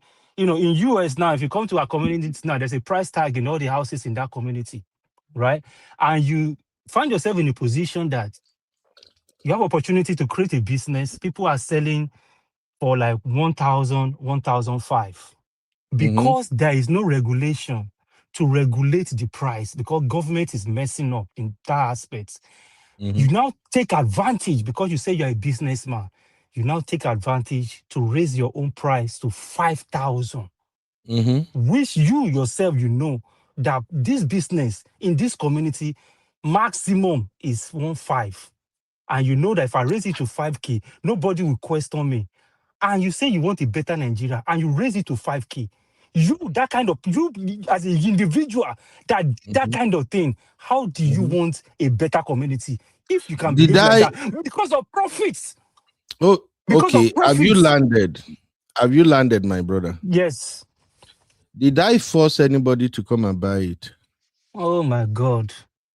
Oh my God. So Let's because you call know it that spade people a will buy spade. it, and you know that the percentage of people that will buy it, let's say they're like 10% and you make your profit, and you know that if I put it in 1K5, 90% of people we have access to it and live a comfortable life because I put it on 1K5. You deprive those 95%, you deprive them of that lifestyle, and you give it to 5% because you want to make your own profit. How are you helping your community? How? That is exactly what your president Tinubu and his APC No, caucus are doing. I'm talking about you now. You Yes, say now you I'm do that. telling you You say because so. Someone like that's you, exactly what they are if someone doing. like you, if someone like you now go to government, what do we expect? Simba, this is what I mean by people outside are worst than people going inside. People like Okay. Ben now find himself in presidency. How do you think he will treat people? Because of profit. His whole ideology is about profit and making gain. Now you are in government. How will you treat your people when you go in like that? Sure, you will calm down for me to explain, Sha. There's nothing you want to tell me again. I know where your direction is, so no wahala. No, but that's the problem. Me, I like to listen to people. I did not argue with you when you are explaining, but now make I explain now. You say you already know where I'm going. Where do you think I'm going? But No, continue now. your It's not say it's behavior, not your listening to ideology you. is because there's no regulation and you don't beg people to Uncle come and Beno, pay, say what you then want you to say. raise it It's to not that say it's I not price. listening think, to you. see, one of the things I'm always grateful to God for is the opportunity to live in two countries. When I was in Nigeria, exactly the way XYZ is reasoning now, that's why I used to reason until I got to the US. When it comes to holding people accountable in Nigeria, we don't do it. We look for the people who are weaker, the people we think we can attack, and then we face them. I used to do it until I come to the US. Now, here in the US, just to answer your question, most of the people you have in Congress, if you give each and every one of them opportunity to embezzle money, they will embezzle it right here in the US. But what stopped them from doing it? Are they not? You Laws. want to tell me they are not embezzling money in America? Is that what Bro, you are saying? they do. But is it like the way you have it in Nigeria? If they were caught, are they not going to jail? Do they do it with impunity? The way they do it, is it affecting people? Maybe they tell You truth to know, ourselves now. when we are compare Wait now, Apple, boss. I'm trying Uncle to Beno, see. you This is are one trying to thing. compare Apple and oranges. That's what I'm you are not doing. comparing apple and oranges. I'm trying to answer XYZ because we both him now my brother, where in they live is like 2 hours 20 minutes away from my house. So we're in the same environment with Andy. So that's why I want to answer him now. What the picture he painted is that because I said if I'm running a business, I will sell things to make profit, and I don't even care because it's business. And I'm telling you, the reason I can go ahead and sell even few that they are selling 1.5. If I have gas station, I will sell it 2,000. I'm simply telling you, the reason I will do that is because nobody will hold me accountable. Nobody will call me to say, what? Why are you treating these people like this? How much did you buy gas that you are selling this gas? 2,000 when others are selling 1.5. Now, bringing it to the government position you are talking about, the same thing you are saying I will do when I get there now is what all the people working under the Tinubu you are defending are doing. I'm not defending Tinubu, for God's sake. No. You are indirectly defending him in case if you don't know. I'm not defending him. I'm Now, saying that me and you are the ones that will do it. Wait now. If I get there, you accuse me, say if I get there, the same business mentality where I carry, sell something 2,000 when everybody is selling 1.5. If I enter government, I will do the same thing. Let me tell you, I will do the same thing. You know why? Because I will go scot-free. That's why Yaya Bello is working scot-free. That is why all the people who don't cross to APC, their sins are forgiven. So what stops me from getting there and now say I want to be big Jesus? Let's face reality. Why can't you be big Jesus? Why can't you be big Jesus? Why can't you be big Jesus? The head is rotten. When you go there, you want to be Jesus, they will quickly kick you out. You are Natasha. But Uncle Beno, nothing comes. But still try your best. There's nothing good that comes because easily. There's no So why laws that can't hold you you be? accountable? Why can't you Does not mean sacrifice? that you should do what is not right. But you are That's not what I'm listening to saying. the point here. I'm listening to your point now. What stop us right now from holding people who are currently in government, who can make sure that our government parasitas are functioning, that there are check and balances, that those who stole money or something, they are supposed to go to jail. What stopped Tinubu and the people in power now? What stopped them from doing that? You are simply giving them excuse. That's what you are doing now. You have to understand that Nigeria is like this. It has always been like this. When the next one comes, now, in other words, we have already programmed our mind that is Tinubu and his people turn. When they do finish, the next people, Nigeria can. Let me, Uncle Beno, Yes, let me ask you this question. You said Nigerians should hold their leaders accountable. When Nigerians are even the one making their leaders to behave the way they are behaving, so how would they do it? You say what? No, You said Nigerians should hold their leaders accountable. Meanwhile, the Nigerians are the one that are even making their leaders to behave the way they are behaving. How? Oh, okay, I will tell you. I have the privilege of at least moving out with the politicians. Mm-hmm. If you go out with them, if you see the kind of requests that Nigerians put before their politicians, you pity them. What kind of requests, sir? You will see them, they are not okay. Let me go to politics. I have a brother that No. We have to finish it. What kind of request are they putting before their politicians? They are not supposed I want to pay politicians. my students' school fees. I have to give them money for that. My mother died. I want to do a burial ceremony, naming ceremony. My wife is pregnant. And all sort of rubbish. Who are the people making that request? Is it not the people who have access to them? They are they not Nigerians? What so? They are not Nigerians. I can't hear who is speaking. Mr. Simba, let's not do this. That's why for me, I've always said it. I have maximum respect. You know why? Whatever you are looking Ben, at, you are the only one listening to what you are Simba. looking I don't think I for. can Let me hear tell you. You have to you go don't out have and a real orientation. Okay. That's why you are not hearing him. Uncle Mr. Bello, Simba, say that again, yes.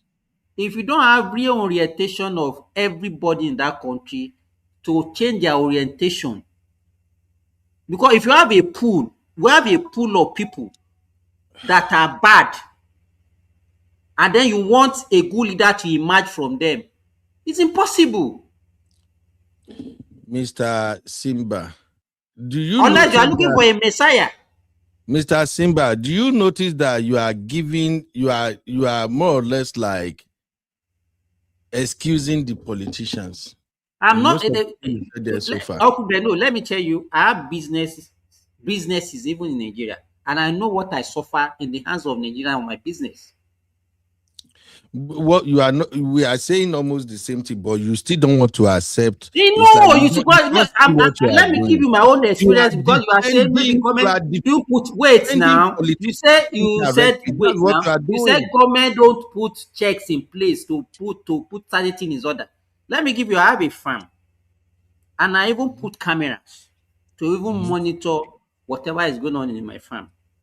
Do you know that there was a time even some of my workers, they are the one that came at night to come and loot my farm, and they even went away with my camera.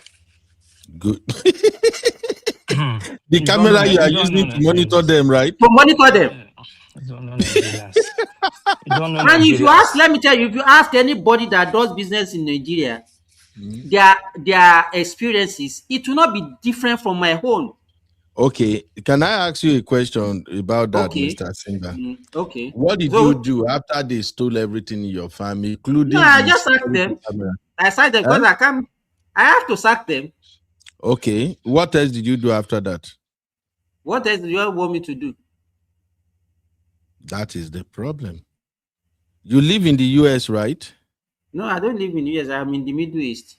Okay, in the Middle East where you live, if you have a farm there and this happened right there, what would you do, sir? It's not it will not even happen because they have capital punishments. If it happen, this is the thing, sir. We are trying to educate our people and try to point out what is wrong in Nigeria. Now, where you live, if it happens, you say when it happened for Nigeria, you fire them. Where you live now, if it happen, what would you do and what would let me say this before you say you want to round up quickly. I could remember when Buhari and Idiagbo came in 1983. It not be said and tell me I was old enough to know what was happening. If you see the kind of resistance, because that time they came war against indiscipline, bribery, corruption, even cheating during exam. And in fact, if you cheat during exam that time, there's no doubt I will give you 21 years in prison. Just ordinary cheating during exam in school. Nigerians resisted. And we knew what happened to that regime within the last 2 years. But sir, you have not answered my question. The same business you launch in Nigeria, that people came to steal your stuff, bold enough to take the camera. If you launch the same business where you live now and people do that, what will happen? Will I they told be you held that there is a accountable? capital punishment for that here. Okay, so what are the steps you will take? You will report them, right? No, just report to the police and they just, that's And the all. police will sweep in, they will investigate, and they will round them up, right? Why don't you do the same in Nigeria? Why don't you call the police in Nigeria? So if I call the police in Nigeria, I mean, I'm not even there to have all the Na time to him be dey going up and down. Wait. Simba go pay them. No. XYZ, wait, may we finish this line of reasoning first, no verse. Why don't you call the police, Mr. Simba? Let me say this. I don't want you to look as if I'm giving you example to answer your question. I've been privileged. Wait, now let me answer your question. Let me answer your question. All right, sir. I am a medical doctor. That was when I was in Nigeria. I was the head of a hospital. One of my doctor went. It's supposed to be an emergency. I went for a party. So when they called me, I have to come and even walk and treated the patient in an emergency that day. The following morning, I gave him ordinary query. Before I got home, my whole family has been contacted. Yeah, they've started threatening my children and my wife that if anything should happen to me, to him, then my family will face the music. How will you thrive in that kind of environment? Uncle Ben, I hope you are listening to me. Yeah, I'm listening to you, but you are shining away from hitting the nail on the head because you are defending APC. That's the problem now, sir. You know, you two, if you want to listen to us and open your mind, don't have a mindset of whatever we are saying we are defending APC. APC will leave. We'll be having. Let me tell you what is. Let me tell you. You say APC. What is happening now? Wait now, because I think your topic is about APC. You don't want us to address the issue holistically. Because what is happening now? We are talking about Nigeria. APC is in power. So let me tell you, we cannot be blaming Nigerians. Saying why do wait. When PDP was ruling, what is the difference between what is happening now and when PDP was there? Don't criminalize a party. We are talking about Nigerian generally, but is it the people that now outside APC today that are able saying their opposition? Are they not part of APC before? Sir, I don't know why you people normally fixated on APC as if the party is the issue.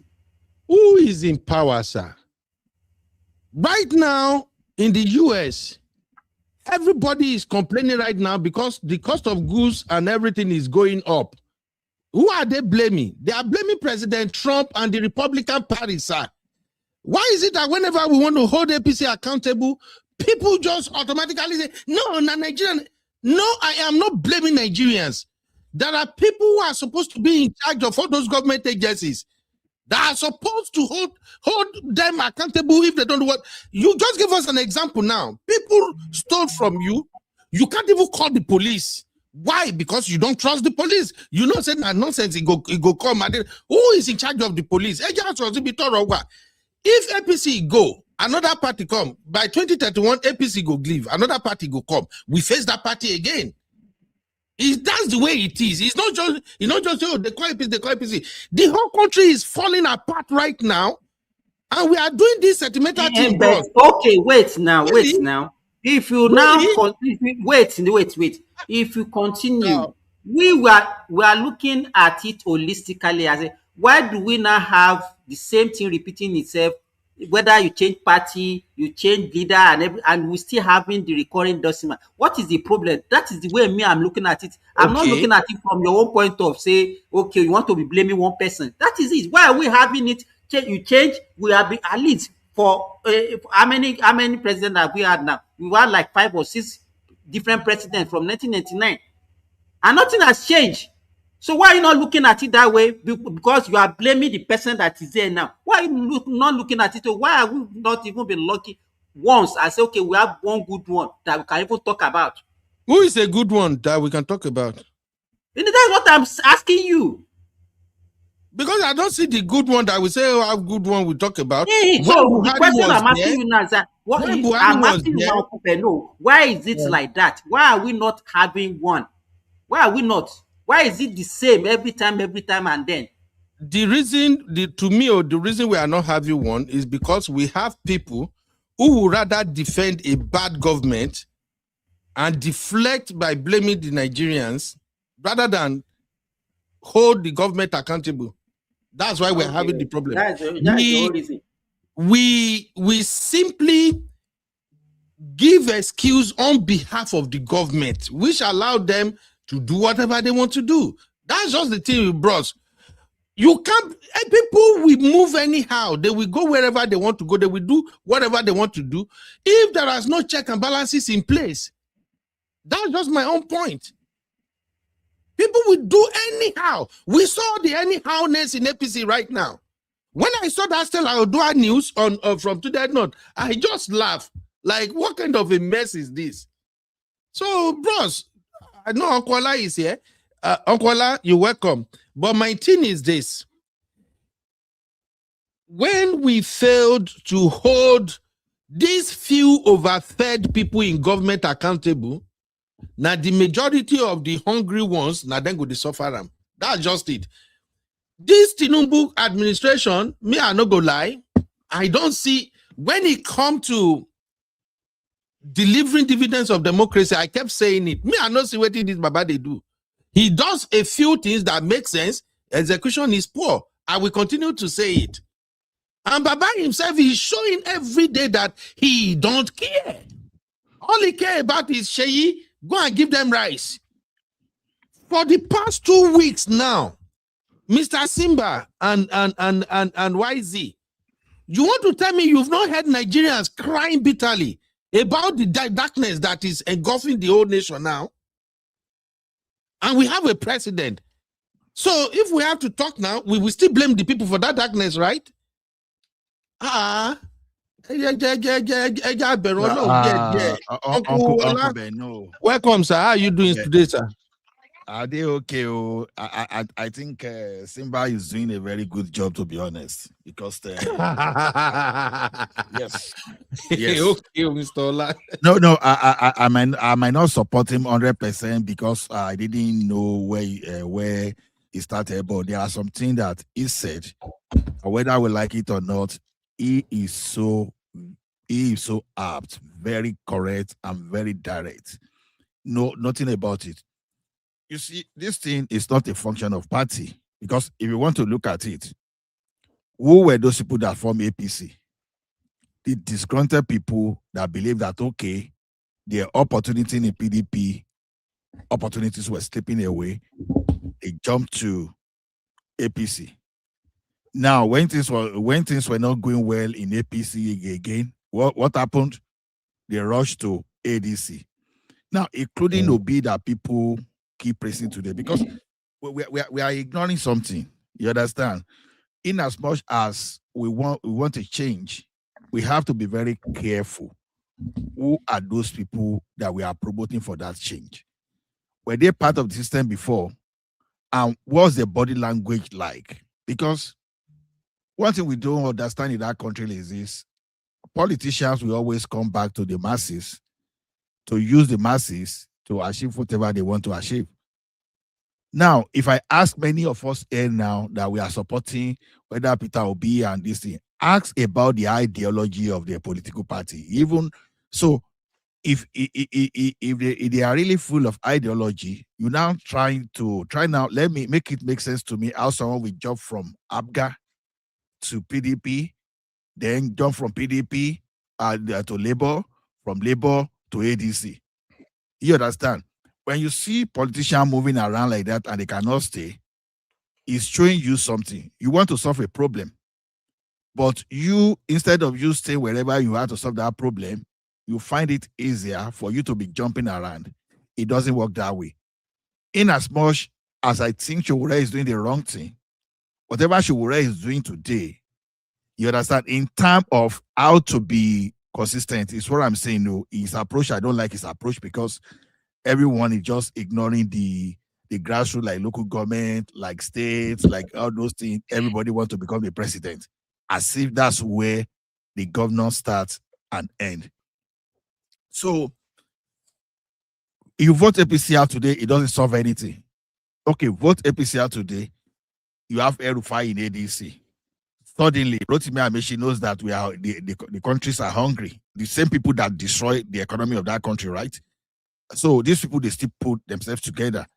Now, you will see some that you call Messiah, that you call angel, you understand? He's telling you that this is my principle, but you are dining with people of strange character. So Yoruba will say, Aguton to Baba Gani Omagegbe. So they're simply telling you that the incompatibility between that of a dog and sheep, one, we have to influence other, one, we have to absorb the other characters, irrespective of how you see that thing. So the idea of party, let us just accept that. Whether you talk of APC today, you talk of PDP today, you talk of ADC today, there's only one ideology among our politicians: survivor. They just like you and myself are looking for a job. Exactly, that's what they are doing. They don't care about you and myself.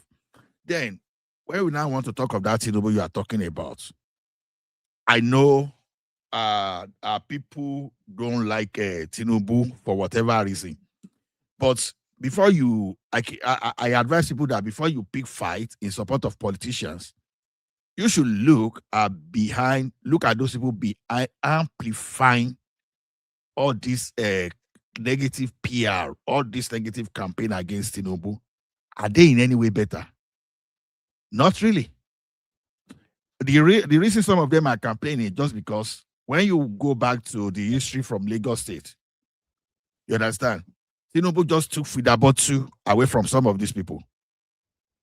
I keep asking people, when people keep saying, oh, Tinubu is eating Lagos money, is doing that, I ask people, what was the revenue level in Lagos State before Tinubu? And what magic did Tinubu perform? You understand? So that brought that Lagos State money to the level they got before they started talking about Tinubu eat Lagos money. You see, Lagos State was making 600 million every month, and they were spending 1.2 billion for payroll. See that? So that means basically Lagos State government borrowed to pay. Now, and a lot of ghost workers in Lagos State system. A lot of ghost workers. So, and they were budgeting money that they never used that money to implement everything. You know, now, tax, people were paying tax, but that tax not coming into the government purse. Uncle, okay, this is not a show to praise Tinubu. I'm sorry. I'm always on the side of the people. You are campaigning for Tinubu right now. I don't give an F whatever Tinubu achieve or whatever. What I'm concerned about right now is the people in Nigeria. They are crying. They don't get light. They don't get light. They sleep for outside. Heat too much. Tinubu is not doing jack about it, sir. I don't care about his past. Tinubu lived his life. We also have right to live our own life as people. So, Uncle, okay. No. This is not a show to promote or to laud Tinubu image. No. I'm not promoting Tinubu.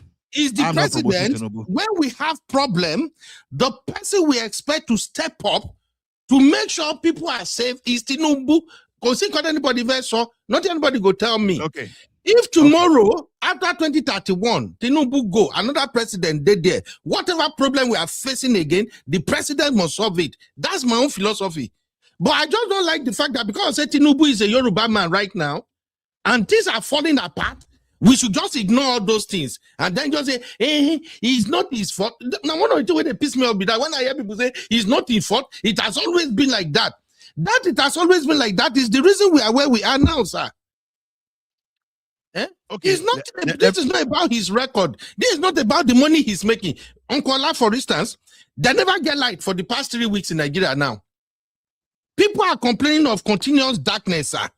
Who should they call upon? Is that the fault of ordinary Nigerians? Because that was the argument me and Mr. Simba we were having before you came. Mr. Simba and XYZ, they are of the opinion that we in Nigeria, we are the problem. That's not where I'm coming from. I'm coming from the angle of we have a problem in Nigeria, and there is somebody who promised us he can fix this problem. He is there right now. Ignore it completely.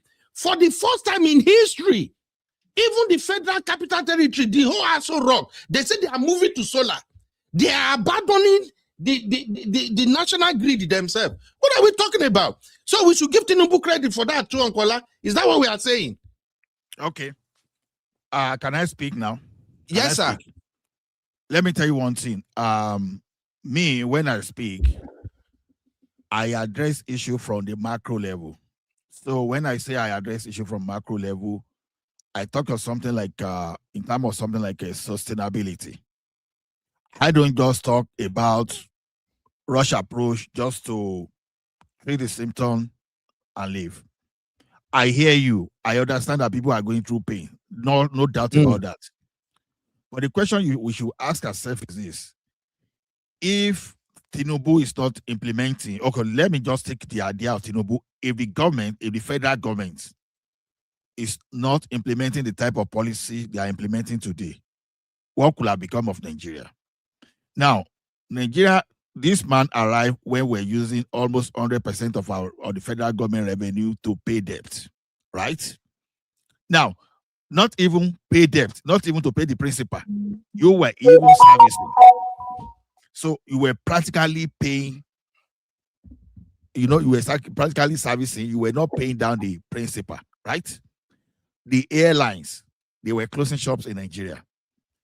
Company like MTN, they were unable to repatriate their money back to their country. You understand? Whose fault is that, sir? The fault of the previous administration, which happened to be which party is that previous which party is the previous administration, sir? That's what I'm saying. Which happened to be APC-led government. You understand? So Buhari did a lot of damages to that country. You understand? So how Buhari got to that place, it was persecution of Jonathan, unnecessary persecution. You understand? And Jonathan warned us that time that by the time he left, that we would understand. And Nigeria really understood in a very bitter way because Buhari wiped out the middle class. Okay, let's come back to that electricity and all those things you are talking about. You see, when you want to solve a problem in Nigeria, you have to start from the policy level. Now, there was a time in that country that you and I, we had no access to telephone. And what happened? We were using Nitel. It was government control. And whenever government control anything, it's all about national cake. And that thing will never happen. We never solve a problem. Look at NNPC too. What do you have with NNPC when they were controlling? You understand? Corruption. Up to as we speak today, they are trying to find out where 210 trillion. You understand? Where the disappearance? How did they mismanage 210 trillion? Now, so why I'm saying this, when the like of IBB wanted to address the problem, they started from the area of policy. All the way back there, sir. Hold on. I'm not taking you back. Let's talk about presently. Those are the past. Those are the past. This is why I'm trying to make you understand something. This is why we are not getting the solution. Let me tell you one thing. We are not getting the solution because we are respecting the excuse the present day government is giving us. Hold on. No, let's talk about now, sir. Now. If I don't take you through it, it may be we will be coming into this always. You and I, we are in a country whereby our cities generate electricity, not even the state. You understand? City of Calgary generates its own electricity, not province of Alberta. Now, so when IBB wanted to solve problem of telecom, it deregulated, and we have private people now fully in control, right? Now, when you want to solve the problem of electricity, the best thing is to take the thing out of the federal government, that they're useless exclusive list. Now, 2023 Electricity Act, you understand, the regulated, it simply means that the state can generate and they can market if they like, they can give. Abia, as you speak today now, Abia is trying to cut itself out of the entire national grid. So they will allow someone to generate. Now, just imagine if 2023 Electricity Act will allow us to do the same thing. You understand? That means that let every state go and cut themselves off the useless national grid that cannot even evacuate more than 7,000 megawatts. When we have about 16,000 in stock capacity. You understand? We have about 16,000 in stock capacity to generate electricity in that country, but we can only evacuate about 7,000. That's that bad. So what I say is this: all this policy we are talking about, no, whose if we fault allow is the that, state to sir? generate. Whose fault is it that we can't generate that much, sir? It's the fault of the federal government. The fault of the people. No, why will I don't blame people. See, no, because that's what my guests have been saying today. That blame the people. No, I don't blame the people. I keep saying a father and mother gave birth to a child, and you are blaming the child for bad behavior. No, it's wrong. You have to look at the parenting, not the child, because how you so you got about for sitani. So what I'm just telling you is this: that policy that just came out in 2023, that would be where to go. And we people too, we have to keep now putting pressure, because now we understand that state cannot generate electricity now. Just imagine 36 states concurrently bringing investors. You understand? Maybe you are in Texas, maybe you bring Texas electricity now to your state. Another person bring Manitoba Hydro to your state. You just have about 36 different investors just doing the thing, just doing the electricity concurrently. We are likely going to get electricity. Maybe in the next 15 years, we start getting. Because I speak today, for Nigeria to balance at all, it's not a function of 30,000 kilowatts or megawatts. We'll be talking of close to something like 80,000 megawatts, at least to start with. And the investment in all these things we are talking about, we are not even talking of investment of $100 billion. Probably we'll be spending close to $300 billion.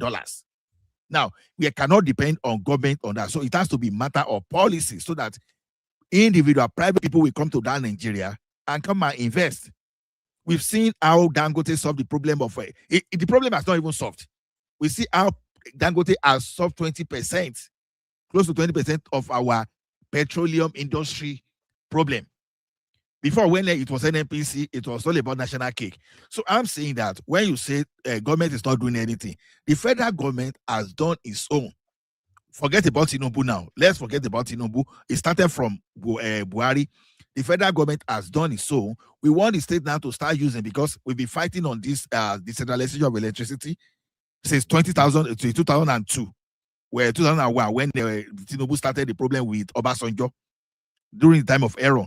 Now that we have it now, every state should go and do it. The IBA is leading in this now. Let everybody go and do. If you are expecting federal government to give you electricity, I don't go deceive you. It's better you go and buy your own solar panel. Federal government will not give you electricity. Your state, it's easier for your state to give you electricity. If you rely on that federal government, we will come in the next 20 years. I'll be talking of this kind of disappointment. It's not going to happen. So it doesn't matter whether it is Labour Party. Okay. No, sorry, Okola. I just wanted to chip this in, sir. Okay. Your submission is the states now have the freedom to generate electricity, right? Generate and sell. Generate and sell. Anyhow, they want to go about it. Maybe they want to do public-private partnership. Anyhow, it's going to be the responsibility of the state to generate that electricity, right? Okay. Exactly. Okola, as we are speaking right now, we have 36 states in Nigeria, plus Federal Capital Territory, 37.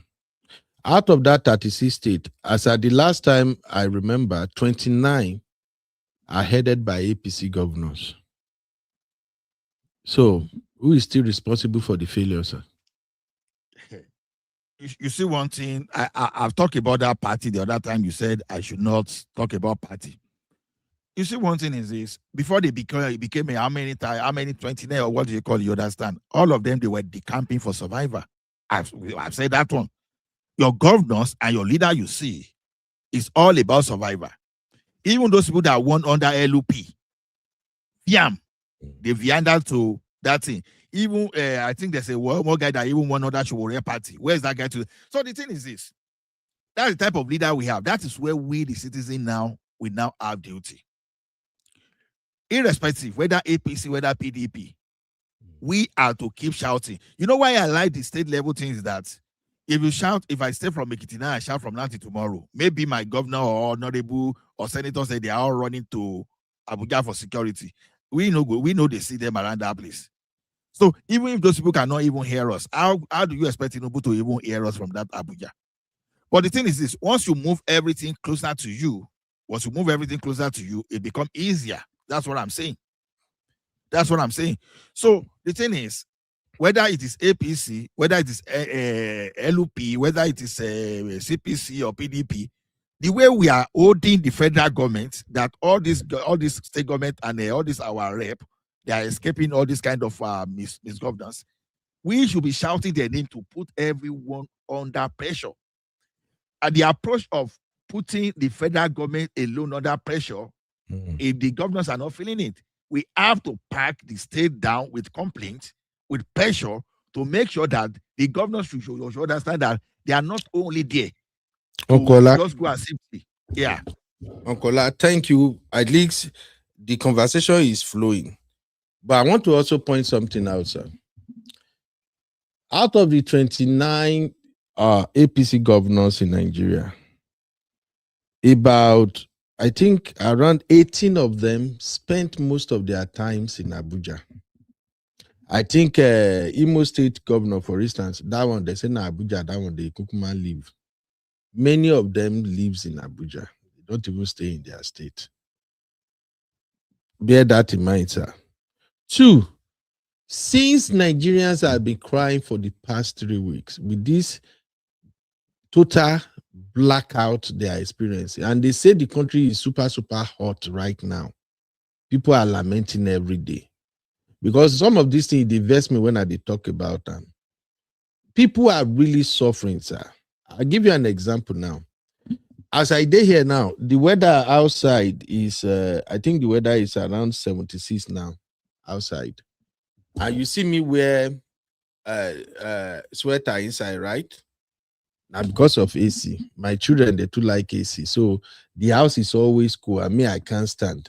But if I step out of my house now, it's hot like mad. Now I have a choice. So it's hot for outside, I can run, come inside, turn AC. People living in Nigeria, the vast majority don't have that option. It is hot outside, it is hot inside. Light no day completely. And yet, President Tinubu did not address the nation for once. Even if it is to exonerate himself, to say, look, God knows I'm doing my best with this electricity. Your governors are the one who failed to start working on this electricity project so that everybody can have it. He did not address it, did not say nothing. Meaning, he is more or less like providing shades for the governors. They are in Abuja with him now. All they are focused now, 2027. And Tinubu has always been giving us this energy that so far you can sing on your mandate, we shall stand. No wahala, you are good. You can never do no wrong. So, Uncle Ola, the reason I'm going all this way to explaining is that Tinubu neglected Nigerians. Yes, we can say he's doing an amazing job. Like, I even give him some credit for going to the UK to meet with the king and all of that.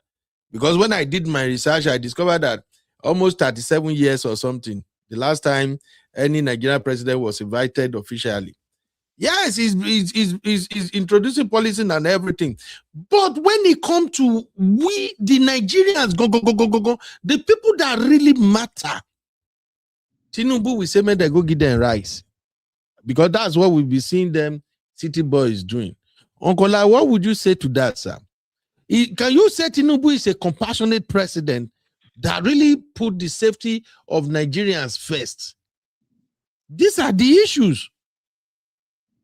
These are the issues, sir. For me, now the biggest issue be that the governors, the way you break it down now, it make a lot of sense. It shows that he's truly working. He's truly trying to fix the country.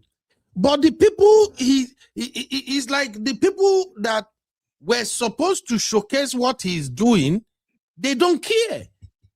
And him that's supposed to provide the check and balance, he just let them run free. What will you say to that, sir? See, I will see go back to the same thing, you understand, without trying to give history. Let me tell you something. When we were running regional government, everything was going because nobody is capturing the resources of indigenous people, or like as it is now. Western region was on its own. Eastern region flying at the high altitude on its own.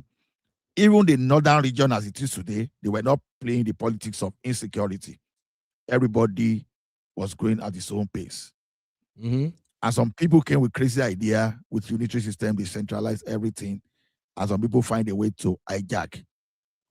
And some people now went to the unproductive way, and they are now using religion now to create instability, creating insecurity. So while some people are making money, some people are just consuming more than even what they are making. Now, what brings this story? You see one thing, even as young as I am, even growing up, I still experience UPN properly. You see, during the period of those UPN, what I was listening to parents, elders on the street. We care more about what was happening in our region. Free education, agriculture, and that was the time that even the UPN said that time, if you walk into any UPN state, up to the current Edo state, you know that it was banned there. You will know that this is UPN state because you'll be seeing all those as they were building dam to have 365 days supply to create farming. You know, our farming, like including all those ranching, everything was growing. You understand, everything was going on its own. But you know, that was when we used to have leaders and governors that used to be responsible, unlike today, totally different. So what brought all this story is simple. If we want President Tinubu to be doing everything, if we want the federal government to be doing everything, then we have to stop allocation. Then the governor should not go to Abuja for allocation. Everybody, then we should treat every state like local government. If those state governors cannot work on their own. Why am I saying this? Take Lagos State as a model state. Take Abia as another model state too. Or take Cross River, or especially under Donald Dukes as a case study. If everybody is working just like those guys who work to start with, we know, okay, what's the business of Lagos State with a motorized bill? See the initiative that Lagos State is taking, that even Lagos State generated electricity, but just because federal government will not allow Lagos State to sell, they started using that one to supply their parastatal, their offices. Mm-hmm. You understand? Go to Ekiti State. They are focusing on more of cassava revolution and agricultural value chain. Who is powering the dairy farm? Who is powering the agro airport, for example? So what I'm basically saying is this: we, the citizens, should now start having the political awareness like in the late 70s to early 80s. Yeah. Federal government cannot be. Don't forget about Tinubu now. Take Tinubu out of the equation. Let's say another person came tomorrow. Let's say Uncle Ben became the president tomorrow.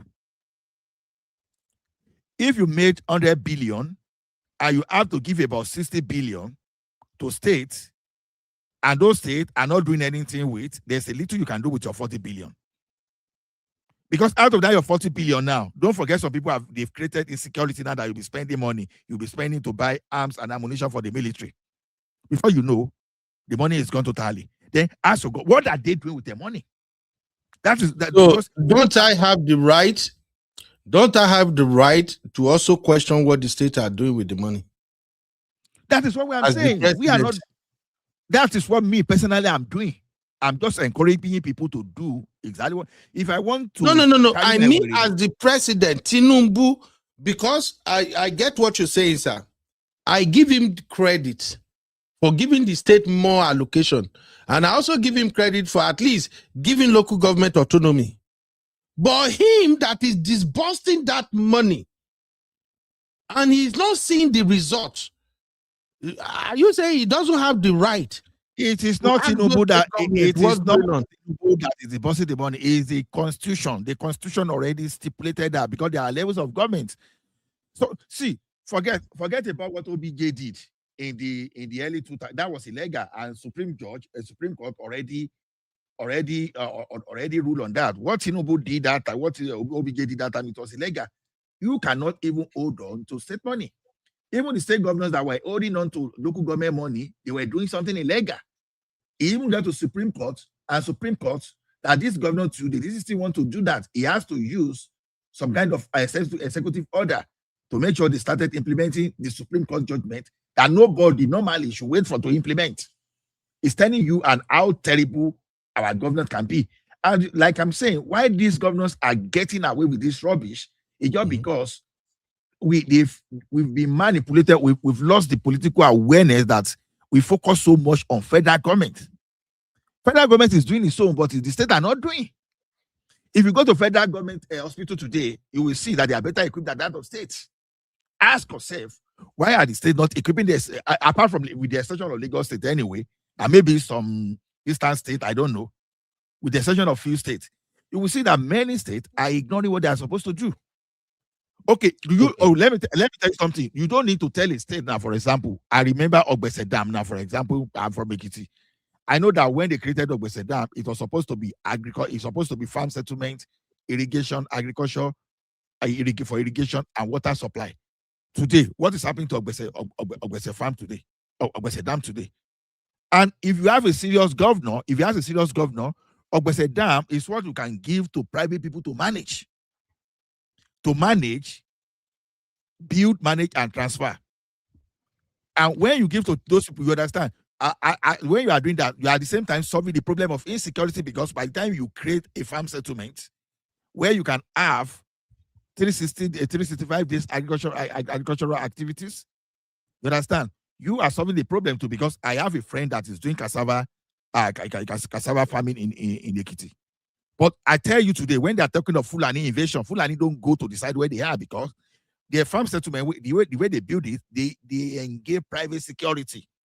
If Fulani enter that place, na Sarah, na Yamutu, they know they touch the land. It's telling you that any serious government that really want to do something, they will do. And those areas that I'm talking about, it was all those areas were mapped out by the government. So what I'm basically saying is this: if all the arms of the government, if they can be so responsible, if it can be so responsible, see all these people that want to hijack the federal government that you are seeing, all the people that want to hijack the federal government you are seeing, it's just about resources. That is why you see them that they don't want to become the local government chairperson. They don't want to serve at the level of that local government. Is that federal? What are they going there? Money. Uncle Ola, because of my Okola, thank you very much, sir. Because of my time, let me just begin to wrap it up with you by asking you this question. You've not talked. Have you talked to XYZ as he's contributed? So he don't contribute. Now me with I first start the back and forth before boost. Okay. So, Uncle Ola, if I may ask you now, if you are Tinubu, what would you do? Nigerians have no light for the past 3 weeks. People are dying. Insecurity is out of hand. What would you do if you are Tinubu? Well, similar to what Tinubu is doing, the first thing I would do is just to make sure everything in that exclusive list, apart from the military, apart from the foreign policy, like our immigration, every other thing, including education, every other thing, I will push everything to the geopolitical region. That's where I will put to. Issue of state policing, already signing all those things, I will make sure that everything, I push everything to them. I will just keep the federal police just like just to attend to those areas that where they cannot fund their policing. You understand? Then I was saying something 3 days ago on One Man Show, and some people started, this thing, don't do this. I will do what Traore is doing on that security. I will call all the traditional rulers. I will have a meeting with all those governors. I say, look, for temporary measure, I want you to just go back to your state, community, and look for trustworthy people. You understand? I will even carry all those religious leaders that they will carry, the authentic one, not fake one, no. All those Anglican priests, for you, sir. No, let me land it now before you ask me a question. I even want to go, but you are not even answering the question I asked, sir. I'm answering you now. No, what sir. will I do about security? Okay, let me tell you one thing. Let's even forget security, because you will go to. Let's talk about the urgent now. No light. The country is in total darkness right now. Our major problem now is insecurity, not even light. What will you do, sir, concerning that light? Insecurity. Most of APC supporters that I've heard, they've talked, say that no be tinubu wahala, no be in Kosam. You don't day since, you don't continue. Okay, we Nigerians, we agree. Light no day. If you are Tinubu, sir, what will you do right now as the people are crying now? What I would do was just what has been done by 2023 Electricity Act. Take that thing, let the private and the government have partnership. Afe Babalola is generating electricity to power his university. The same thing, Covenant University. Afe Babalola, if you can increase your capacity, then sell the remaining, please go and do. Dangote, if you can increase the capacity of Obajano, maybe you are generating, let's say, 2,000 megawatt, for example. If you can make it 5,000 megawatt and distribute to the community and generate your money, please do that. For how long before that one will happen, sir? How long? Mm-hmm. Well, don't let us go into technicality. You know, I have background in power too. So but why I'm asking is that this is a now problem. Let me tell you one thing. You are preparing a solution that will take 10, 15 years. There's no political will to do it. Power plant is not. No. The 2023 Electricity Act started under Buhari. It has given the framework. So, political will or not political will, if a business person want to invest in electricity, you can do so now, for sure. You can do so. You understand? If you are interested and you want to approach a major electricity company, let us talk. I will give you the framework. Okola. So, Okola, I'm coming your show later today to come disturb you. What do you want to do me now? No, do I'm Okola. My Okola, I'm saying as it is now that Nigerians are crying, what will you do as a president? Forget this long-term solution, sir. Because I just want you to admit that Tinubu, they fuck up. If you just admit that his approach to some of this problem is dropping the ball, we are done here. Where we did now, Okola, this US, Canada, then where we did. If there is total blackout right now, Uncle Ola, am I just Shebai now? Let me be honest with you. Even if you want to go and bring an electricity badge from every country, maybe you go to Netherlands, you go to Canada, please bring electricity badge, the one that is ready made, so that we are going to supply our people. For you to even evacuate from all those areas and scatter around the country, you still need at least 3 to 4 years to do that because of the civil work involved and feasibility study. So let's just stop, because electricity is not something you can do overnight. The thing has spoiled for a very long time. It's not a rocket science now. Don't give you excuse for rocket science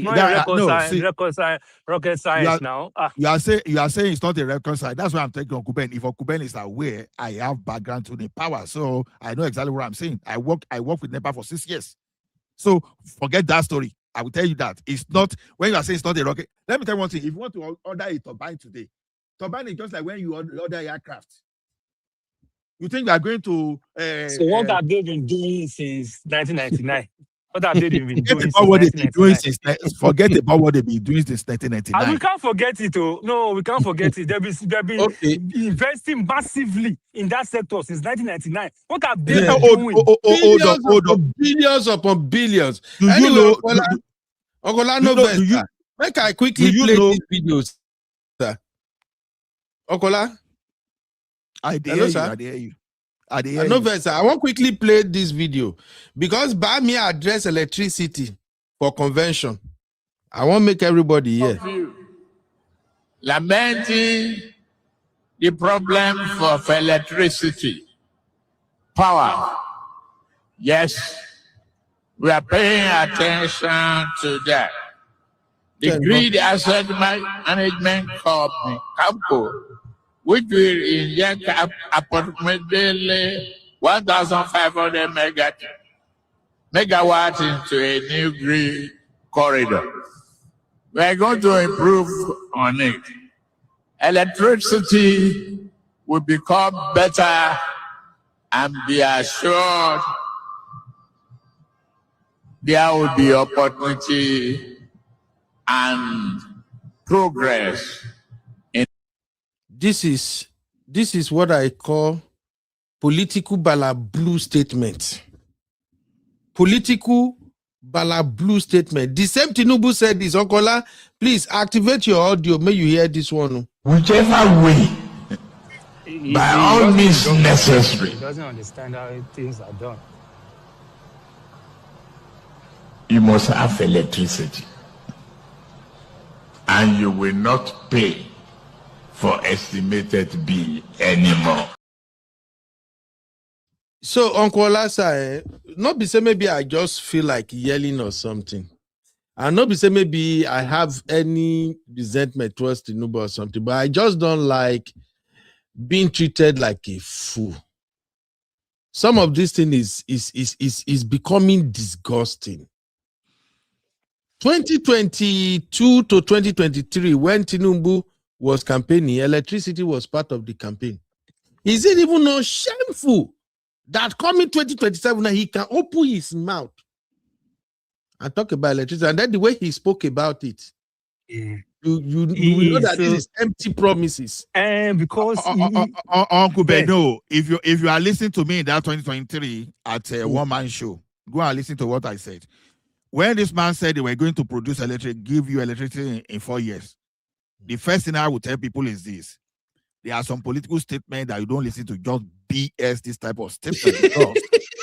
No, I see. I'm not talking. Thank you, Okola. Oh, no. This one is not even about thanking me.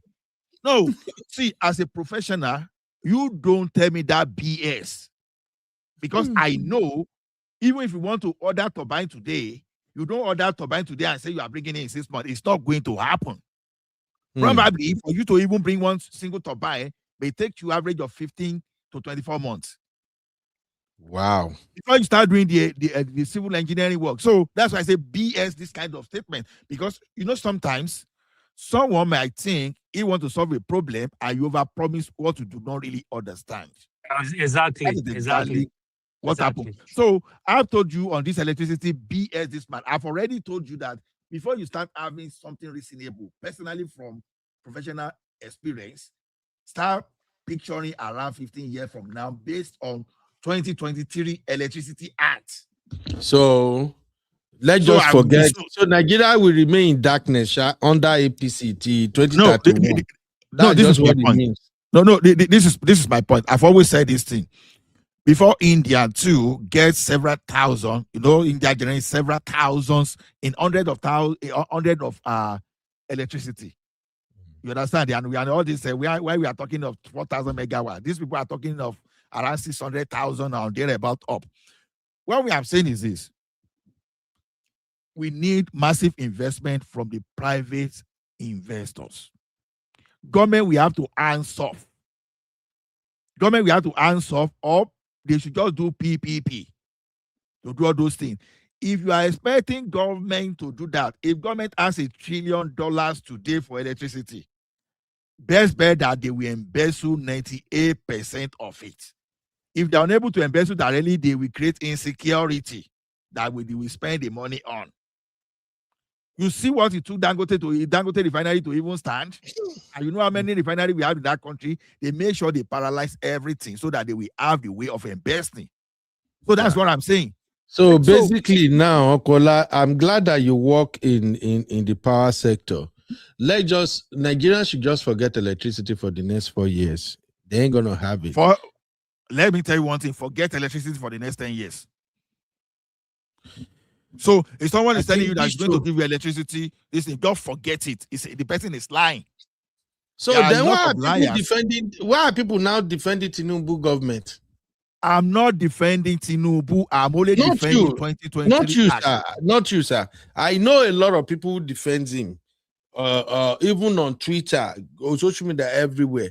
Then why the defense? When some of us speaks, some of them might think that, oh, you are obedient or something. Like me, I've said this over and over. I'm not even obedient right now. I am independent because we're a Nigbogbo. But my thing is just that how many people go buy for Nigeria before those in authority will start doing the right thing? Why it looks like I defend Tinubu to people is this. It's not defense. I will tell you that people hated Buhari, that they were not paying attention to the criminal they wanted in power. That's my point. Uncle, I want Don Pedro for you. You said the main thing. So when you may not even like Tinubu, but who are you putting article?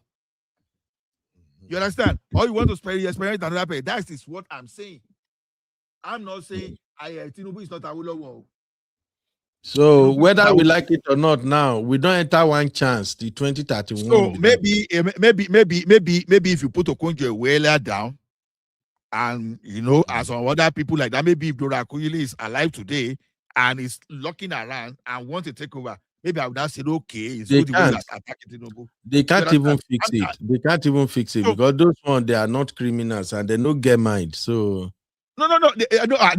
I get reason why I mentioned those two people now. I live for to kidnap someone, Papa and Mama, because of his policy of her policy, and yet the woman never flinched. Look at what they did to Dora Akuyili too. The woman served Nigeria, and indirectly, only God can explain what happened to that woman. I'm just saying that. You understand? You know how much trade they gave to Soludo when he was trying to reform the banking system, but that man insisted. That's why if a person like Soludo is coming tomorrow and say, I want to become the president of Nigeria because of his banking reform and how he withstood all those bullying and all those threats, I will vote for him. You understand? That's the way I look at things. But as it is today, if you are pushing Tinubu out, don't forget you are bringing Malami in, you are bringing Abeshi in, you are bringing El-Rufai in. That is the problem of Ghana as we are speaking today. It's not even about Tinubu though. What alternative do we have? All right, thank you, sir. Thank you, Okola. I'm going to end today's show because usually when I'm free in the morning like this, I'll just make a rant about Nigerian politics more. So thank you for helping me with that. But before I let you go, sir, help me answer this question. I get this question a lot, but now that it's coming from one of my sweet sister here, I think I have to address it. It's coming from Dupsy. So Dupsy said, UB, how is Sowore a bigger problem? How is he an agent? That one I no agree, and I'm gonna answer that with the help of Uncle Ola. I will answer that shortly. You are watching Political Roundtable with UB. Like, subscribe, and leave your thoughts in the comments. Welcome to UB Reactions, the place where we keep it real. Today, we've got some hot topics, so let's jump right in. I am UB, your favorite Gen Z uncle, and this is my take. All right, welcome back, everybody. Uncle Ola, I want to play this short video because this video is the reason why I am believing strongly now that Sowore have a hidden agenda. He has played the game way too long that because of his activism, people do not really see the true color of Sowore. So I want to play the video and then I would like to have your take, Uncle Ola. Even my big brother, Comparable Fact, is coming into on this one. But please listen to this video, my people. I just came from Aba 3 days ago to protest. Some guy there who is a member of the Labour Party claims that he has transformed Aba. That's Alex Oti. You understand? But I went to Aba, some transformed, partly not transformed. I don't believe in half transformation. Because when you enter into Ariara Market, which is the biggest economic hub there, the place looks like Jurassic Park. But when you get to the main road, of course, there's some, but mine is total. And I'm just answering you truthfully, because some of you will come back later and say, well, we wish we listened to you when you told us the truth. And my nature is that I tell the truth, and when I'm done, I will leave. It's up to you to accept or reject my hypothesis. I would love to be in Anambra. I just came from Aba 3 days ago to put. Uncle Ola, this is the video of Sowore that I saw that made me to start having a deeper thoughts about Sowore. Not that I really believe in him before now. The only time I even consider Sowore small was as soon as Peter Obi moved to ADC, and I just feel like this guy no serious with what he in they do. That was when I started saying, okay, let me even see what this Sowore is doing. But over the years, I've seen Sowore running zigzag and using activism to gain relevance. I see Sowore as somebody who don't know jack about politics and how democracy works. I'm sorry. I know it sounds so crazy right now, but this is just my own personal take on Sowore. Sowore is a student union president. I was a student, the president myself back in Lagos State University, not a general student union, departmental president, just for you to know that I know how those student unionism team, they go. You usually use student unionism to gain relevance. It will give you access to governor, especially if students are rioting or there are problems. You, the student leaders, you can have access to the governor, to the eminent people in the state and things like that. So they get to see your face, and you can leverage on that after school, you can start climbing the political ladder as a former student union president. And student unionism back in those days, all about protest, mostly. All I saw Sowore doing is just Sowore is just playing a grown man version of student unionism, not really societal politics kind of thing. Now, his activism is welcome because he's still one of the people that put the government on check. But lately, listening to Sowore rhetorics, it's beginning to look like there is something hidden about him that we don't see. And I've never taken that seriously until I saw him criticize Governor Alex Oti. I did a show here during the week, and I went into state allocation, federal allocation to state. Abia State is one of the states that is receiving lowest allocation from the central government. And yet, that small money where Alex Oti they collect, he has used that money judiciously that people, I listen to Igbo people when they talk. People who knew Abia State, I have a lot of friends from Enugu, few Imo, Enugu and Anambra State. That's where I have most of my Igbo friends from. And those that have been to Abia, they are saying the Abia they are seeing now compared to the Abia of the past is like comparing Oshodi to Dubai, according to what they are telling me. I haven't been there myself. And I've heard people from Abia State, people from all over, saying this man has done an amazing job in this state. Only for Sowore to rubbish everything this man has done in 1 minute or 2 minute statement. I have never seen Sowore give credit to any politician who truly delivers dividends of democracy. And what did Sowore said in return? He said, when I got there, I see, yes, he did something. Yeah, he did it. But me, I'm talking about totality. That's why I keep telling people that Sowore know nothing about government and administration of politics. It's just they use Ogbojuni. Why? Because there is no government or president or anybody who can bring about total turnaround within this little space of time. So him criticizing Alex Otti just tells me that all his criticism of Peter Obi was not just about Peter Obi being his political opponent. Him attacking Alex Otti, to me, I interpret that to mean he is supporting APC. I don't know if Okola is still here, but I'm just dropping my take. Because the point are they listening to you? Sir, because the point is, you have 29 APC governors. If you ask me, in my own estimate, the only APC governor I can say, yes, this guy tried, Nashonwolu. The rest, I don't really see what they are doing, to be honest. Sowore left all of them.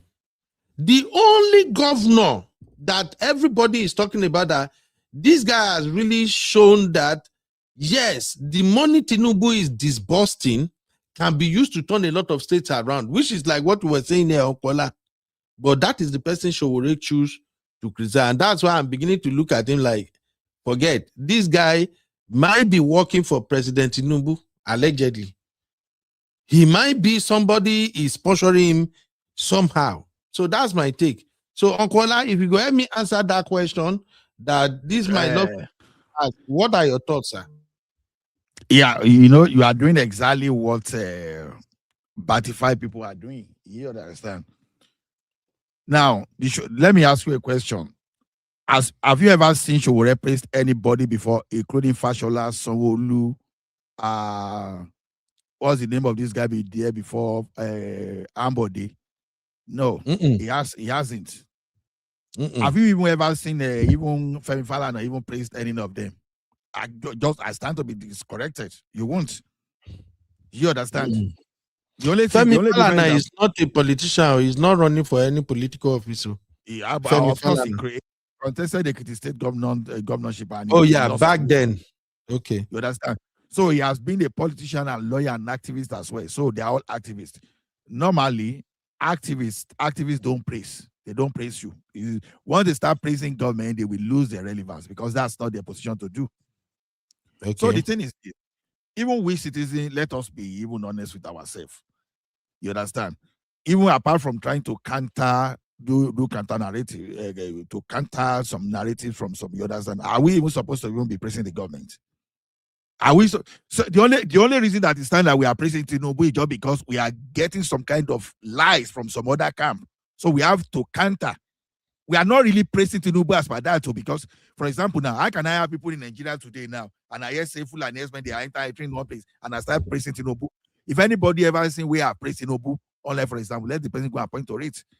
But if you are bringing a counter narratives or what didn't happen somewhere, then we have to counter you with another narratives. Yeah. Politicians overall in netting, they are doing their job. We are not even supposed to praise them. So to me, what Sowore did to Alex Otti, it has been the same Sowore as criticized Tinubu, as criticized Fashola. So this man that you see, he know they praise anybody except himself. He know they praise anybody except himself. If you like today, who is the best president you can refer so far? Even Mandela as it is, so as popular as Mandela Day now. If Mandela is supposed to be something there now, Sowore will criticize. He's just doing his job. He's not good. See, Sowore is not going to praise you. Forget that. No matter how, Sowore is not going to praise you. So I'm not even if I were in politics now, Sowore start praising me. Then something is coming. So I'm not shocked. You understand? I'm not. Let me tell you one thing. If Alex Otti turns his state to Dubai, Sowore will still tell you one thing why something is still wrong. Showore might tell you that, okay, yeah, you turn it to Dubai. Now, why is everybody not having house? Why is there no toilet on the streets? See, activists will always find something to talk. So he's doing his job. Any day he start pressing, he will lose. Now that is the problem for me. You can't be an activist and a politician at the same time. It doesn't work. Showore is just cashing cruise. He's just making money, not cruise, sir. Showore is just making money. Of course, he may be making money, but let me tell you something. You and I know Showore approach is not even going to win him the local government chairman position. Nothing. You understand? So that's not how to do politics. So whatever he's doing, you understand, he has sponsor. That thing keeps him going. You understand that he lived by that thing. So you think that Showore is a politician. You may think he's a politician, he's a bad one at that. It's not a proper one. He's only a proper activist. He's a proper activist. You understand? A person like me normally, I should go and approach Showore that, okay, let me even become a local government chairperson under your party. I know if I go and meet a person like Showore, it will take time. It will only take him 4 times a day, maybe within 4 years to destroy me. Yep. You only take him 4 years to destroy me. So it's just cashing cruise. Yeah, thank you, sir. Thank you. Comparable fact and Sister Ify, you don't reach politics, my Sister Ify, Dr. Ify don't show up. Wahala deal. But comparable fact, go ahead, sir, real quick, sir. Yeah, thank you very much. Greeting everybody, or like greeting to you. You know, I've not seen you wasn't on one man show last week. So what's wrong with you? You're not coming there to anchor the show anymore. What's going on? Because I need money. You know, I have to pay my bill. At least my target did you abandon one man because of bigotry? Say it. My target this year is 500,000. Let's not put let me start with Ola. Hold on. You know, I'm not gonna miss word. All this. Hold on, Ola. Just let me talk. The last statement you made about Salute and other is just a hogwash, in my own opinion. If you're not that Igbo man come, you're going to treat him like Obi. So I don't believe anything you said about that. Most of you are but anyway. True. No. I mean, you can believe it on your head, but I don't. You don't know my profile and Soludo. You know, I work in the banking system. I don't care what you think about Soludo. Soludo come any other day. You're going to treat him like Obi, so I don't believe you. Soludo is my hero. And some of even students, even I had one of his students. I said it's a hogwash. Just be quiet and let me talk, please. It's my opinion. It's a hogwash. I don't believe comparable fact, please. Which one do you want to address first? I'm going to address the topic. I'm going to address the topic, but I'm going to go straight to the point. I like to give all those Agbado, I like to give all those Agbado hard time. Any one of them, that's how I am. Whether they like it or not, I will continue because they have a dodgy president in the office with their support. But anyway, so let's go to the politics about Showore. Let's start with Showore. Can you all hear me? Yes, sir. Go ahead. I can't hear you. Yes, you can hear me.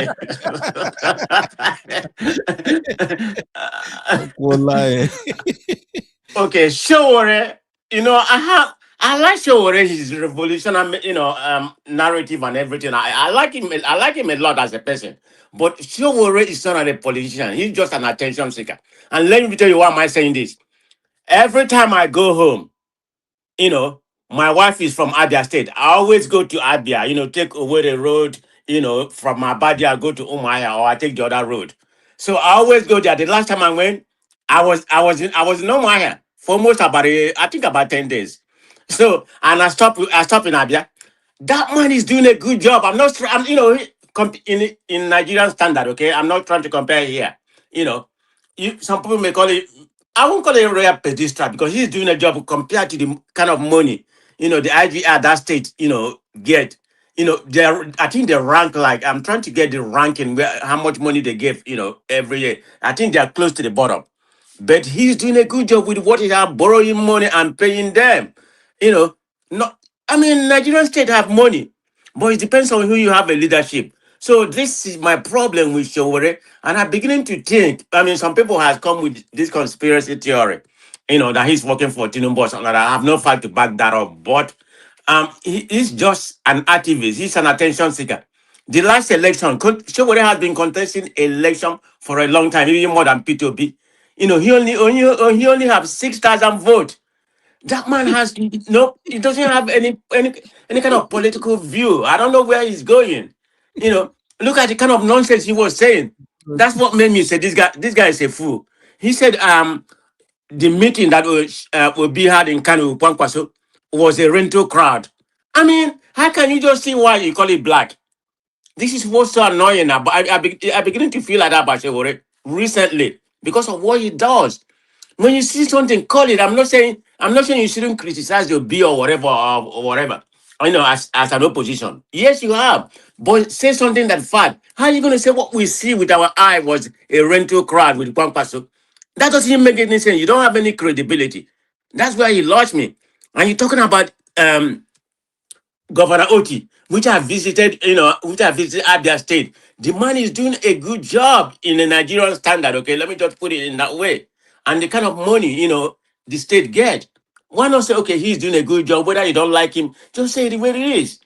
So that's my issue with Showore. That's the main thing I come in and to can't give my brother Ola some guaso, I like to do Thank that. you. Thank you, Mr. Comparable Fact. But stop fighting Okola and one man, please. Every time you always I can't fight Ola. I can't fight one man. I always go to one man show and I tell him that in the face. And he always Uncle welcome Ben, me, whether he like it or not. don't let comparable fact escape. See, this year my target as a small business is $500,000. So how you can? I need 100,000 from you. So you have to help me mobilize revenue. So how can you? For what? For what? What kind of business you do? What kind of investment you doing? Is this anything that's going to benefit Nigeria? If not, forget about it. Do I live in Nigeria? I'm living It doesn't in North matter. America. It doesn't matter. I'm not going to contribute anything. You need people in Nigeria. Your principle. Your principle had put. What a minute had put. Your principle had put Nigeria in a terrible poverty level. I told you if I need to go into politics in Nigeria, I will target my local government. You don't have to go to politics in order to empower people. I live in America. I do empower people when I go to Nigeria. I have a business that empower people. Not for my but I told you in a part. I told you sorry, something in the past now. Yeah, sorry, Mr. Comparable Okola. I know say on two feet go at each other all day long, and it's always no. Allow my friend now, but that doesn't mean I'm not going to confront him. Do I say it? Yeah, but let me bring my lovely sister Ify here first. I don't miss her so much, and I know say once it's politics like this, sister Ify, she know they waste time at all. Sis, what's up, Mama? Good morning. Good morning, Comparable sister facts. Good morning. Good morning, my brother Ola. You know them, right? You know the customer here. Good morning. So joke apart, let's be serious for once. This country belongs to all of us. This is our country we're talking about. And most of us here, if not all of us, we're in diaspora. When you go to Nigeria, are you happy with what you see? Definitely the answer is no. I don't have anything against Tinubu. I don't have anything against Showore. I don't have anything against all these politicians. But question I ask people, especially people who are supporting Tinubu, if you can tell me, and I'm going to ask you all the same question, one thing Tinubu has done in almost 4 years, one thing, he doesn't have to take you 8 years to do anything. One day is even enough. When Tinubu got into power, the first day they swore him in, the first thing he said, subsidy gone. That was where our problem started. Come to 2027. Now Tinubu has been in power for almost 4 years. He has borrowed and borrowed and borrowed. And we are all sitting down here. We cannot even say one thing any of us has benefited from this borrowing. Right? Fine. Since Nigeria got into independence in 1960, all of us who went to school in Nigeria before we came to this country, can anybody tell me what they have benefited from the government? Nothing. Every government will come and tell. Okola and Comparable Fact may benefit. Okay. They might went to all those government high school. Okay. So, let's even say that you benefited from something. So what happened? I thought we're supposed to be going forward, but we are going backward to the extent that Look at what Tinubu is doing. Do you know how much he's spending just to win re-election in 2027? And you ask yourself, they call him Jagaban. I am not a politician, but I think I can do a better job. Cars everywhere, bribing people, buying food, and all these things. Imagine if that money was pumped in the economy. Do you know where Nigeria would be? As a matter of fact, we don't need to borrow any more money. The money we have in that country is enough for us to surpass all the countries in this whole world. Nigeria is the best country to live in the whole world. But unfortunately, we have the worst politicians, the thieves. But you know who I blame? I don't blame the elites. I don't blame the politicians. I blame the citizens. Because if we are the people that are enabling these people, we are the same people that are hailing them. We don't have judiciary. Look at what happened with MC Uloma. I'm going to be all over the place. Look at the judgment they gave. Who gave MC Oluomo the authority to go and get an army, if not the power above? Yep. Gave him the power to come with the whole of armies back to that office. Let me tell you something. I heard that MC Oluomo's daughter work in the same hospital I work, right? I heard she works in one of the ICUs. I don't know her. But all his kids are here. And may I ask him, can he come here and just run a red light and he will not sleep or get a ticket? It's only in Nigeria because we have enabled these people to behave like Aberus, like touts. I'm sorry to cut you. Did you know what he said? He said that he's not going to obey the judgment. The only place that he's going to obey the judgment is from Tinubu. That's what he said with his mouth. Imagine that. That's what I'm saying. We don't have judiciary. We don't have government. I want us to understand that. In a civilized country, in a country where things works, he will be in jail now as I'm talking to you. But he will not do that because guess what? Tinubu left all of them because they're going to help him rig election. And let me tell you, 2027 will define Nigeria. You think you're seeing Shege now? No, you're not seeing anything. Okay? Coming to Showore, I don't have anything against Showore. I'm not going to say Showore is working for Tinubu. But the question I always ask myself, Showore, you criticize everybody in Nigeria except yourself. Even if you become a president today, who are you going to work with? If I have opportunity to ask him a question, he will do it alone. Please, hold on. I'm going to ask him a question. Please, can you give us your cabinet? Can you just show us the people that you're going to work with? You went to Aba. You're not from Abia State, right? The people in Abia State told you, are telling you, you witnessed that they love their governor, that their governor is working for them. But you left your state, is it Ondo or where you're from, to go and tell another person, okay, another person in his state, another person in his state that he's not working. And one girl made a video on Instagram and showed Showore his own state. Showore, go and contest for local government chairman. Go and contest for a Senate, House of Rep. Let us see what you can do. That is one thing I don't understand. Every time everybody's criticizing Obi's name is being mentioned more than Tinubu. Obi is not the president. Obi has never been in the Senate.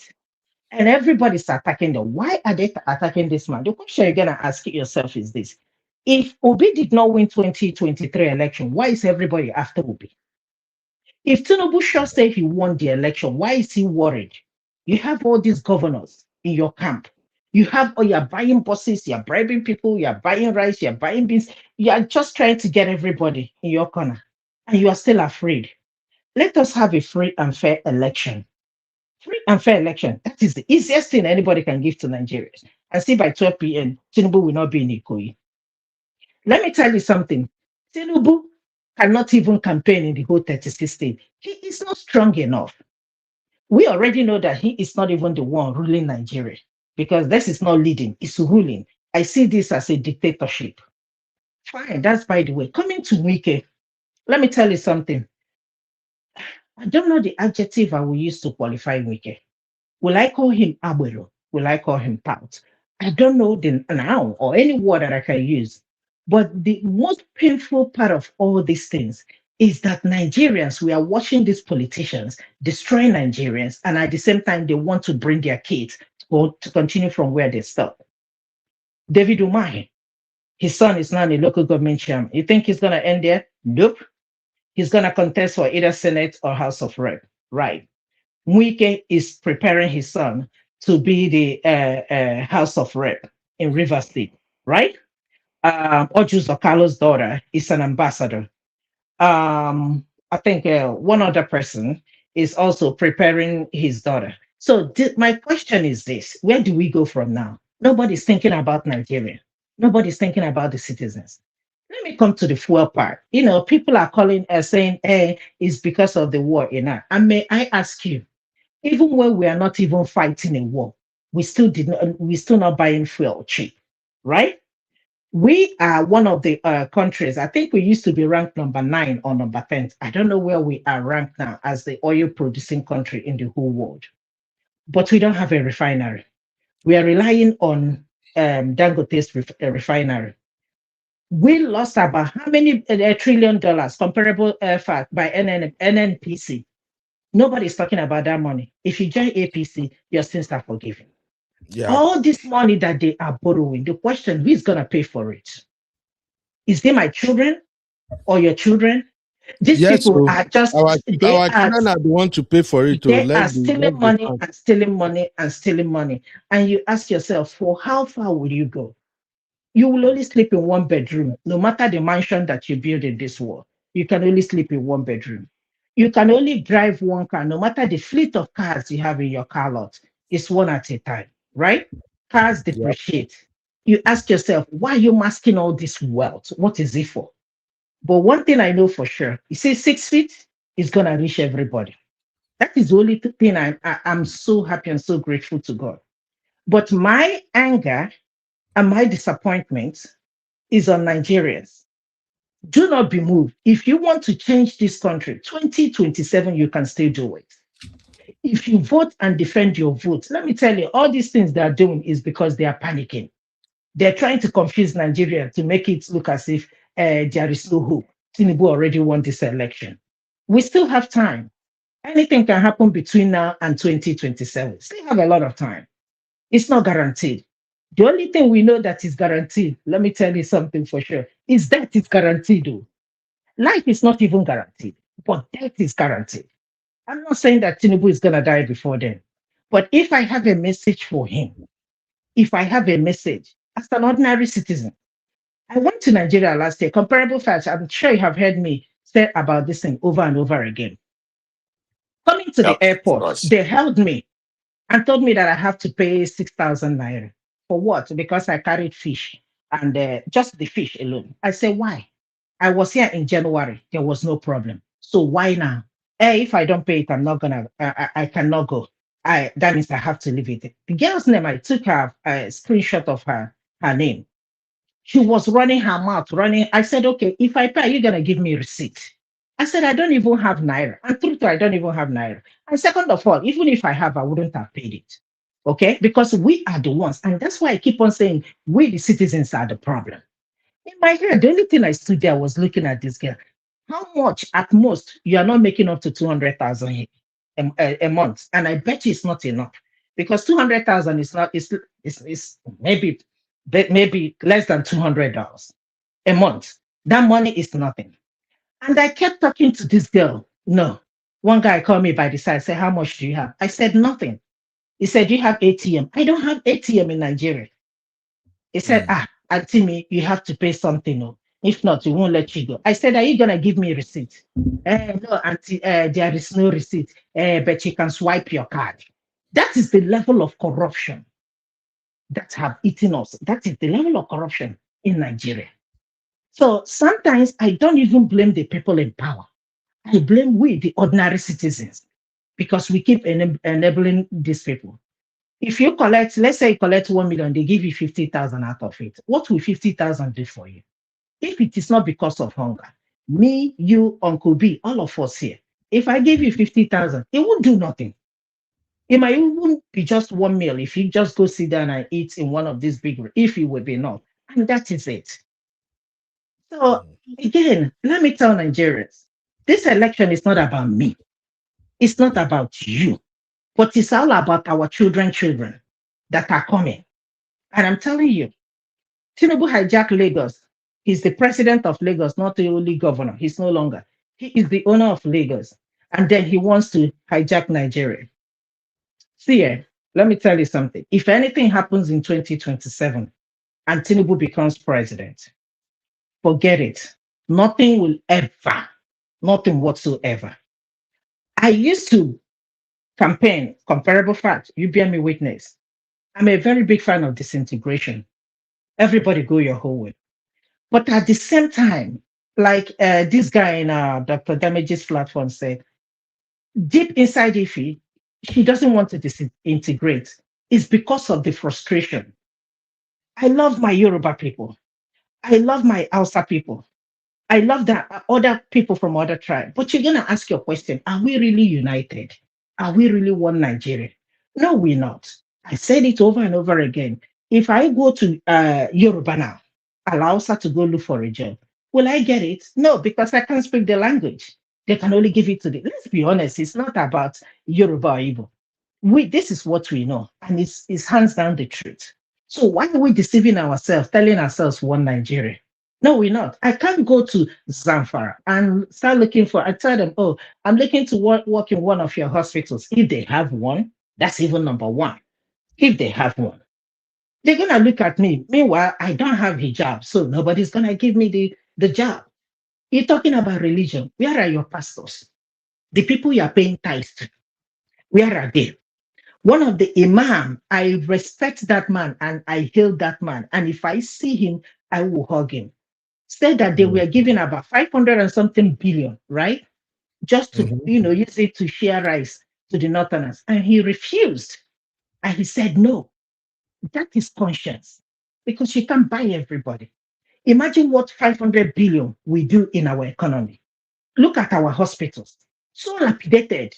Somebody posted one of the hospitals in Anambra. It's an eyesore. Tinubu, it doesn't use our healthcare system. He goes to France. Wike and all of them are happy. They go to London. Sister Ife, sorry, the hospital in Anambra, that is not fault of Tinubu. That is Soludo. No. Yeah, no, I'm just saying overall. I'm just saying. Let's not mix. Let's not join matter like that. Okay, let me. Okay, hold on. Forget about what is in Anambra. What about our federal hospital? What about our government hospitals? Let's go there. Yaba Hospital. Is it owned by government? Right? Ikeja Hospital. Is it owned by the government?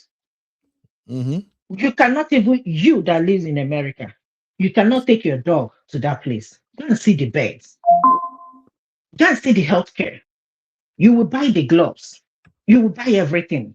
But these people, they have access to the best hospitals in the whole world.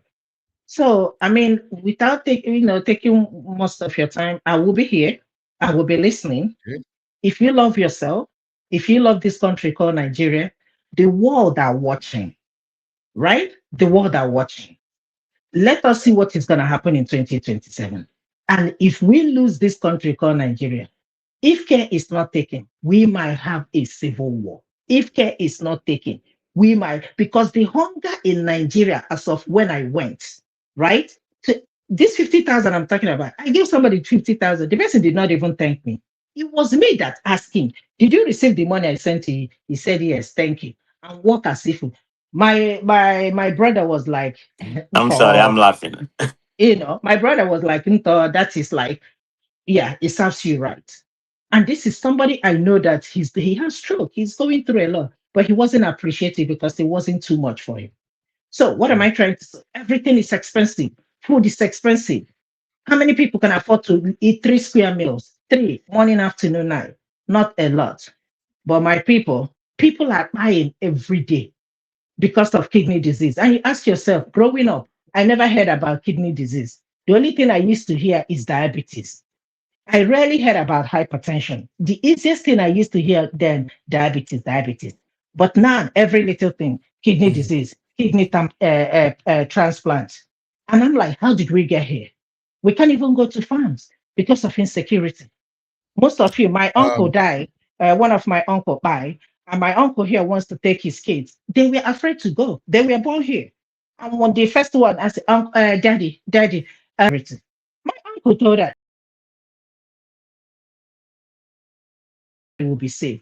Do you know she refused? She didn't buy her ticket. She called me. I said, I'm not going, but if you want to go, when your dad say you are safe, you are safe. No, she's afraid to go. This is a country these people used to, be excited to go. But look at it now. Look at people buying every day because of insecurity. Gumi told the Nigerian government, they know where these people are.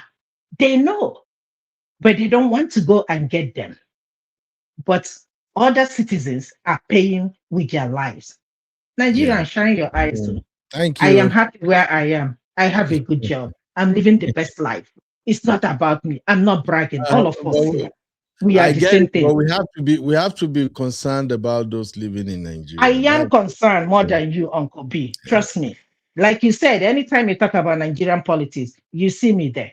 Any other thing, I'm not really eager about it anymore. If it is Nigerian politics, I love that country. Anytime I go to Nigeria, I'm going. I'm so excited. Anytime I'm coming back, ask my sibling. I'm crying at the airport. Why am I crying? Because this is home, right? Yeah, This is home. exactly. Thank you. Thank you, Sister Ify. I got to go now. I was gonna do just 2 hours. I just wanted to shine light on those celebrities, especially Sheyi Law and Kubana Chief Priest. But then I also wanted to highlight what is going on in APC. So that is why I used the title, the caption you see on my top link, that 2027 battle, the end for APC, and I've just asked it. So thank you, everybody. But I think after the election in 2027, the APC will begin to disintegrate. It will begin to scatter. Uncle Ola, I can stake a bet on this one. Okay, Uncle Ola? After 2027 election, when Tinubu don't win, APC go begin scatter. I feel bet on that one, sir. All this arm robber, as you see for my top lane, so Okola, you must care. No, I don't care now because all these people, they don't have ideology. They jump from one point to the other. So I don't care. I only care about UB. Yes, sir. Can you give me a minute? Let me give you an empirical data about what we was talking about. I'm not from Abia State, but sometimes we need to call fact a fact. Okay. Yes, Abia State ran 18th out of 36 states in a raw IGR, and they ranked 4th in a physical performance, report. That means they are managing, their money good. It's about management, not like what you generate. So that's the point we are talking about. I mean, they rank 4th in Nigeria in terms of budget and physical performance report. So you can't dispute the fact. The fact is the fact. So that's my issue with Sowore. Thank you. Yeah, thank you, sir. I have to go. Mr. Laja, I know you want to say something. Let me just wait for you for like 2 or 3 minutes to see if you can come, but I have to go now. We have one show we scheduled that we're supposed to do, but once we are talking about Nigeria like this, sometimes it's so hard to just leave the topic or guest and leave. But Uncle Ola, I really appreciate you so much for helping me to break it down all the time. Even though Laja may be one of us. So. I've added Uncle Laja now. Hello, sir. I think I see Egbon, Mr. Laja. Are you usually on one-man show? Yes, I came to support our uncle. Since Ola is an uncle now, I don't know who gave him the title. I gave him the title. Uncle Ola is my uncle. The young man, the man was born in 1995 now. He's a very young man. So yes. I think it was 2025, but 2005. Alaba, I do. But no, good to yes, be sir. in the program. This is what I would say about what is coming up in 2027. Let's be honest. You ask yourself the question: this so-called coalition of the opposition What is their agenda? What is their philosophy? Nobody knows. And it's barely 1 year to the elections. You cannot define, at least APC, when they ran in 2014, we knew what they wanted, right?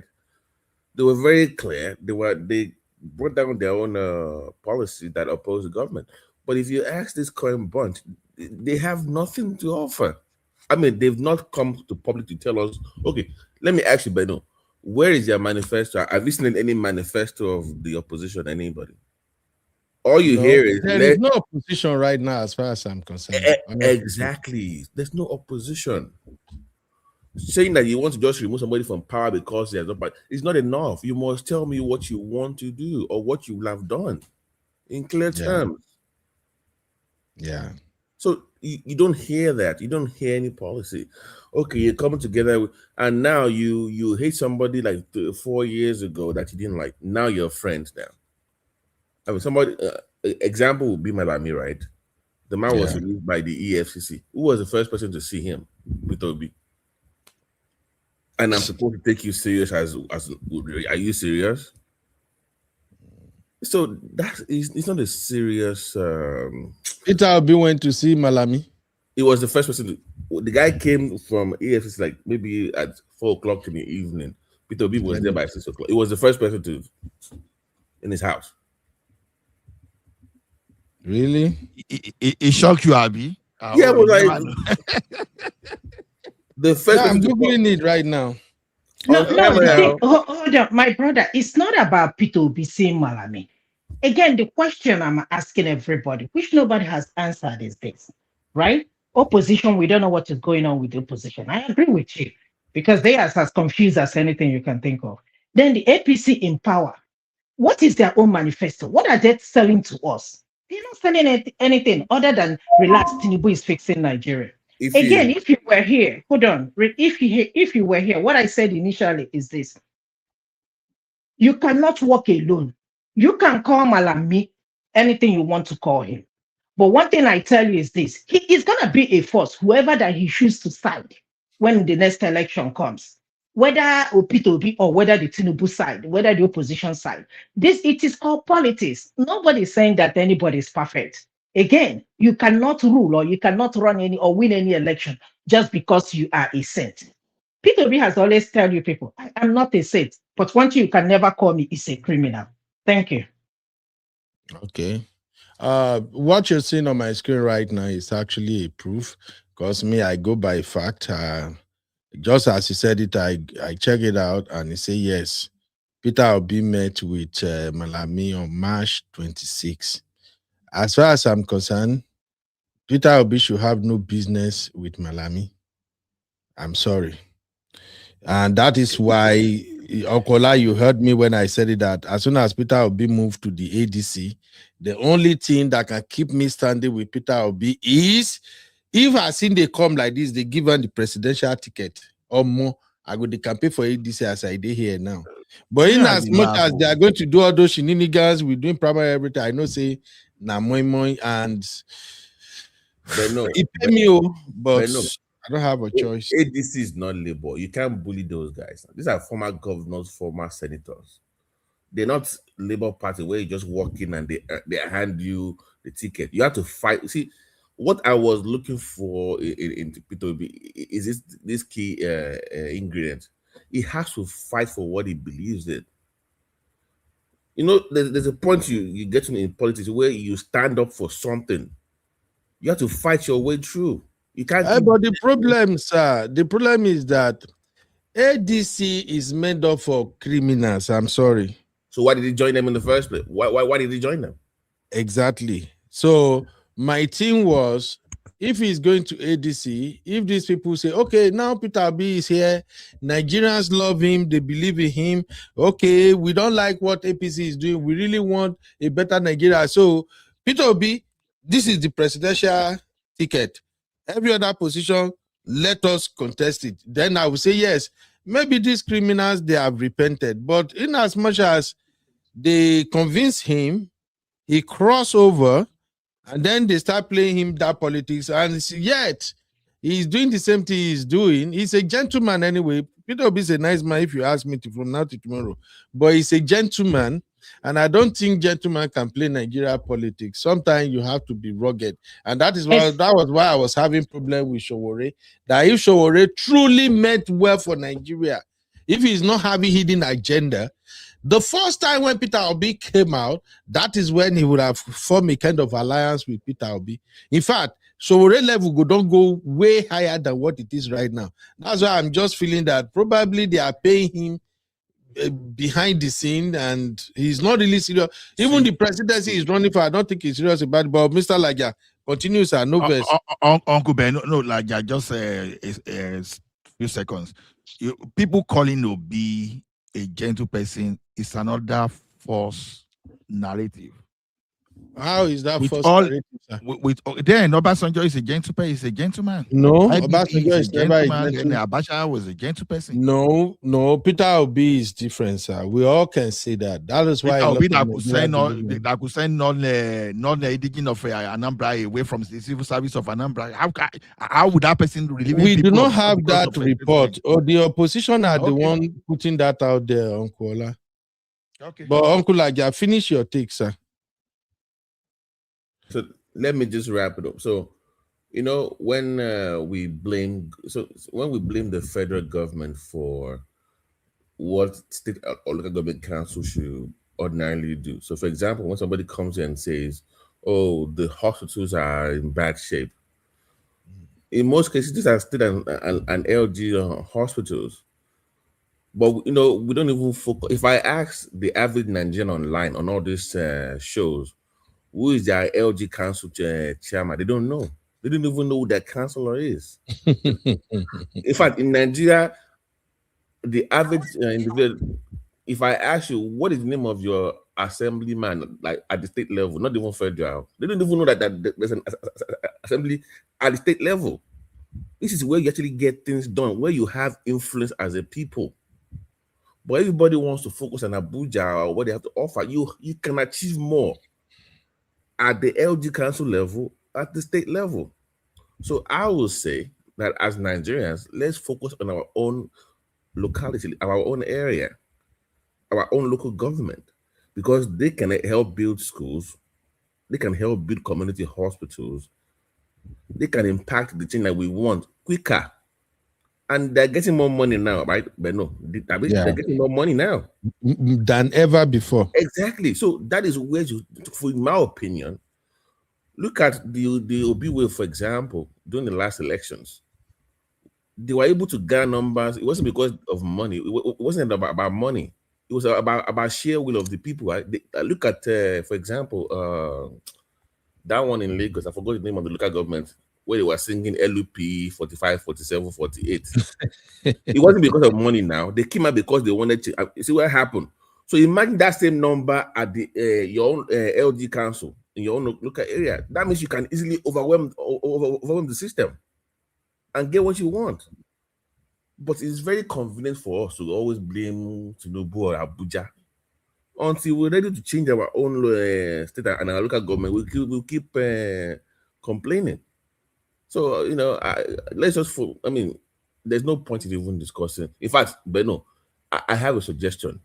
Let's save that one trillion naira for the elections. Just hand over to Tinubu. Let's save money. What's the point of even running this thing? What's the point of connecting this election? Just save that 700 billion and hand over to Tinubu and just move on to the next one. Because this is the worst opposition I have ever seen in my life. You can't blame them, sir. Tinubu dismantled, allegedly dismantled the opposition. But no, my brother, here's the thing. If you were in the opposition, don't tell me you wouldn't have seen this thing coming. Of course, it's going to mean in your politics now. That is expected. It's how you respond. That is what matters. Of course, it's going to interfere in what is going on in your party. That is normal Nigerian politics. But how do you prepare for that? How do you respond? Is what makes you a strong leader. This idea of just, okay, it's not working in Labour, run away. It's not working in PDP. No, you must stand for something. You must stand firm. Well, although I defended the fact that Tinubu is playing his political game, but at the same time, I think we really don't have strong opposition anyway, like you said. But the way they just sweep everything under the rug for Peter Obi, it really did bad. You mean his But fans or but Uncle Aja, because we did go now, if I can ask you this, Uncle, my brother. Yes, sir. Why is Tinubu still restless about 2027 with everything has gone so far? Why is it Tinubu and his team still so worried and concerned about Peter Obi? Why is Peter Obi still giving them sleepless night? Is Peter Obi everywhere? Peter Obi. This man no get party, he no get nothing as a day now.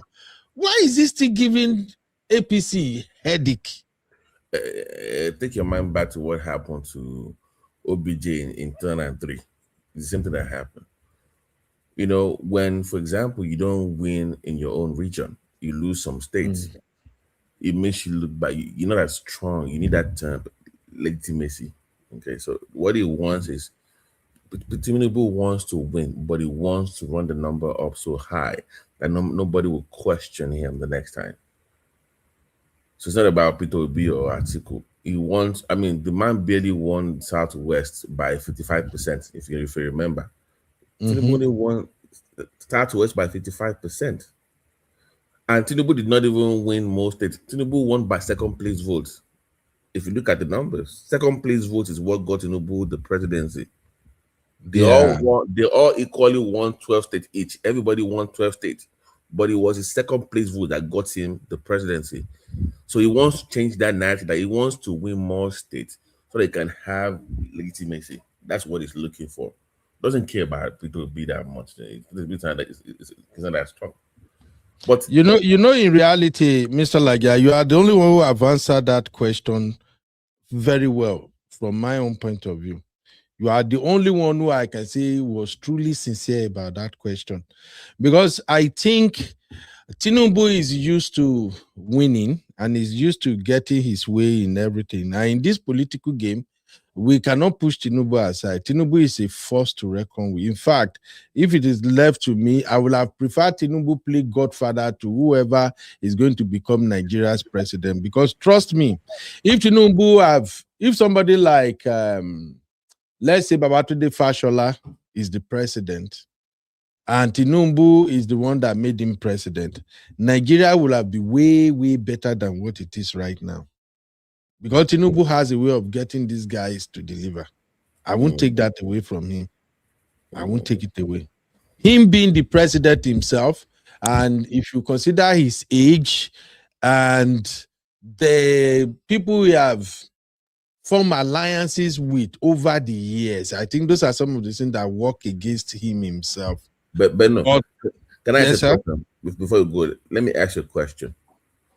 If Tinubu, remember, about 30 individuals won both houses of assembly and senate because of one man, of Peter Obi. If you remember, there was a wave of people that won senate, 8 of them, and about close to 30 people that won labor, and he could not control them. Now let me ask you, if you win an election because of Tinubu, you will bend to he will find a way to whip you in line. Now you will do what he wants.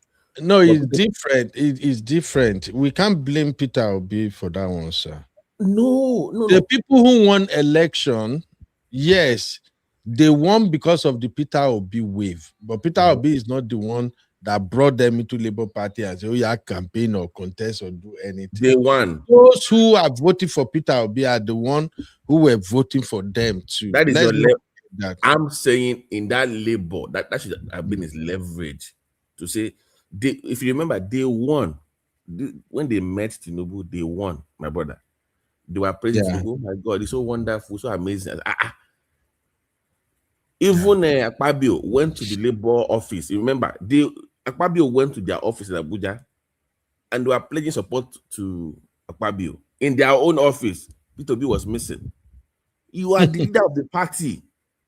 You have to show up. Like, no, you want because of me. This is our practice, our agenda. You did not show up for that. That's why I say Peter Obi is a gentleman. That's just one of walking and you must be, you have to beat. Oh my God! Let's just move on. Thank you, Mr. Laja. I really enjoy having this conversation with you, Okola, XYZ, and of course, comparable fact. Mr. Dyer was here earlier. This is a really good conversation. As I'm leaving now, sir, Okola, I just see this recommendation from my lovely sister by Dupsy. Dupsy said, if PO started the party on his own, people would have flocked immediately. People are desperate for his opposition. Honestly, I buy this way people they talk about now. If Peter Obi have started a political party, even immediately they were stressing him in labor, if he has started a new political party, he may not run for presidency now, but I promise you by 2031, that party will have been the strongest party in Nigeria. Dupe, you really captured that thing. What are your thoughts, Uncle Ola, as we are leaving? Your final take on this one, sir? Yeah, what Auntie Dupsy said may be correct, but then many people that will run to that place will not necessarily mean that they are there for the people, because everybody wants to queue into that system. So yeah, if Obi start a party, people will rush. Just like Showore started a party, people go there and other people. So people rush, but they know the system, the way the system has been hijacked. It is very difficult to hijack that Abuja. That's why I'm an advocate. When you form things like this, go and hijack your local government, your state government. Do like Lula of Brazil. Lula of Brazil try what Showore and Co are doing now. He didn't win. The guy just won one of the rep seats and he now went back and started doing the groundwork. And I think he came back after 16 or 18 years of going back to do that groundwork. So even the tinubu we are talking about today, if I had thrown himself into that competition in the 2007, maybe he won't even be there today. So he's staying in the background, build. But people are no longer building. They just want that presidency straight away. No. Go and impart your local government. Ayo Fayose, even though he is not one of the model you can refer to, he started deceiving people by fetching water for them, by helping them to do something at the local level. You understand? And people started shouting, "Ayo new, Ayo new." And Obasanjo not in law. Obasanjo wanted to pick different person, but when he started hearing Ayo, that year no more to get Ayo Fayose, he gone. He now went and picked him. You understand? That's how Nigerian things work. Don't just that Abuja, they've already conquered that place already. All these delegates, they begin their $50,000 just to go as a party. If even the poor people you think that you are supporting, by the time they start getting all those stuff, they will buy their votes. And the like of Obi will just get to that place and we just open mouth like Yami Lopa. You understand? So to me, the best way to capture power from all these criminals, enterprise that form a criminal enterprise in Nigeria, is to go and win from your locality. Don't go to that Abuja. They can even see for this man to be there. It's just because maybe he was underrated and maybe because he has been part of them. That's why. For that person, they will have. Didn't they even make an attempt to even Yamutu himself? He never even reached that place for. He never even reached that place for a month. They wanted to Yamutu the guy there in the October. So it's telling you how the power plays in that Nigeria. You understand? Yeah. So go chase them away from a local government. I want to chase them away from a local government from my state. Then we can meet at the center. That's the way I want. Thank you, sir. Yeah. Wow. Thank you, Okola. Okola, wetin make una APC go dey tear gas una people for conversion? Government, government is competition. It's so simple. So government has monopoly of violence. When it comes to things like that, the only place they don't have monopoly of violence in our own situation in Nigeria is to solve the insecurity in Nigeria. That's where they lost their power. But when it comes to things like that, these are fellow APC now. Now your man they close the way. So why tear gas them when they run up and down like this? They tag APC, tear gas APC. Now the video you they see so Okola. I think maybe they tear gas opponent. No, maybe. For their own convention there. That's why I'm telling you that APC go implode. Hey, maybe someone don't judge them. Baba, nothing they happen in that 2027. I know just the ways. I know the ways. See, on this thing, because let me tell you one thing. I have people in all these parties we are talking about. I have people in both PDP and APC. The way that they talk, between you and I know say some of them there, they are not survivor made them to did that place. And they go hold grant. Yeah. Then go hold grant. Like one of my former landlord, if they talk of political party like this, they take one a bad eye, they look at you because without political party activities, they get this electrical job. So anytime politics know they like this, in just they feel a bad mood. But once politics they come like this, in this if you make like 5 million, 10 million during that period and wait for the next 4 years, don't get anything. So if you tell that person, say APC go scatter in 2027, it go fight you, enter synagogue. So we are here now. No, Allah. We are here. Okay, all right, thank you, sir. Have a very good one, Okola. Maybe I can't disturb you later if I get you. You're welcome. Thank you very much, sir. Thank you. All right, guys. That is our political roundtable for today. And I thank God, just like Abi said, no bad boast today because my brothers that came around, they are all like seasoned people. Nobody won't come fight or something. So I really appreciate everybody for hanging out with me. Mr. Ademola, how are you doing, sir? Mr. Ademola say, anytime people criticize the president, I ask them, what is the name of your senator, House of Rep member, local government chairman? They get quiet. We have to keep all our elected leaders accountable. Absolutely. But Mr. Ademola, it be like say you too, you be APC. I've been seeing you around a couple of times. Be like say you be APC, but you have a valid point here anyway. Many times people are not holding their local representatives accountable. Everybody is just yelling and shouting President Tinubu, Tinubu, Tinubu. And now when the investment be say Tinubu know they address the people. If na me be Tinubu, I go put all of them, throw them under the bus knee. How they shout to me, whoa, Nigeria, I've given money to your governor. You know the way Tinubu described this Ogun State governor when he was campaigning. So Tinubu need to expose them at times. But thank you, everybody, for hanging out with me. I really appreciate it. I don't take this for granted. Abby, what's up, mommy? Abby, you too, you are campaigning for APC, Abby.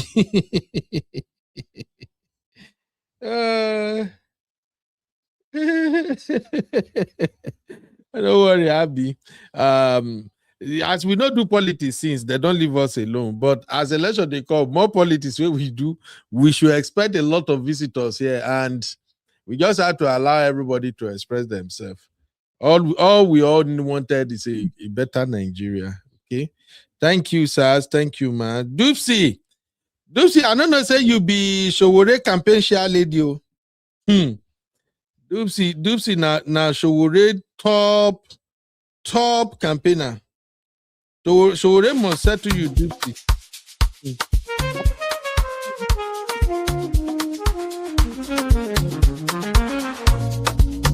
Yeah. You be in the building. Hey, vibe with Uncle Bino. Let's go. Now happy hour things, you know. Hang out with you, babe. It's a vibe tonight.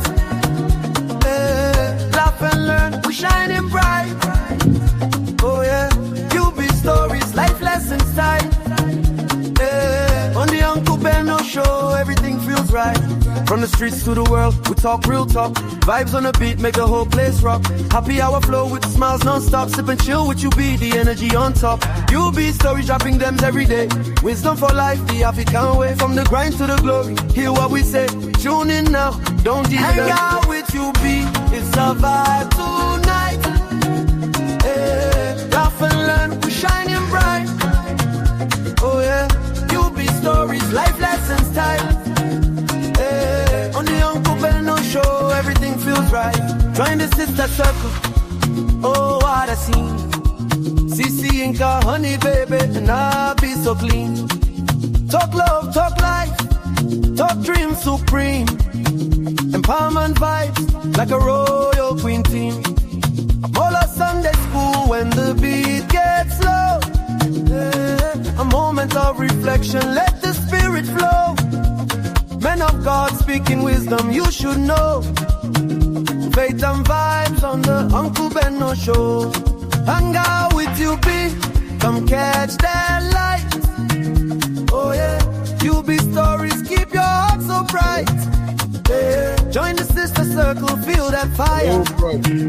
Oh yeah, Sunday school for your soul so right. You be nation, we rise together. Love and vibe forever. Uncle Benno show. Yeah, we outside.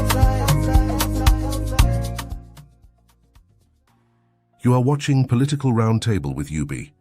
Like, subscribe, and leave your thoughts in the comments.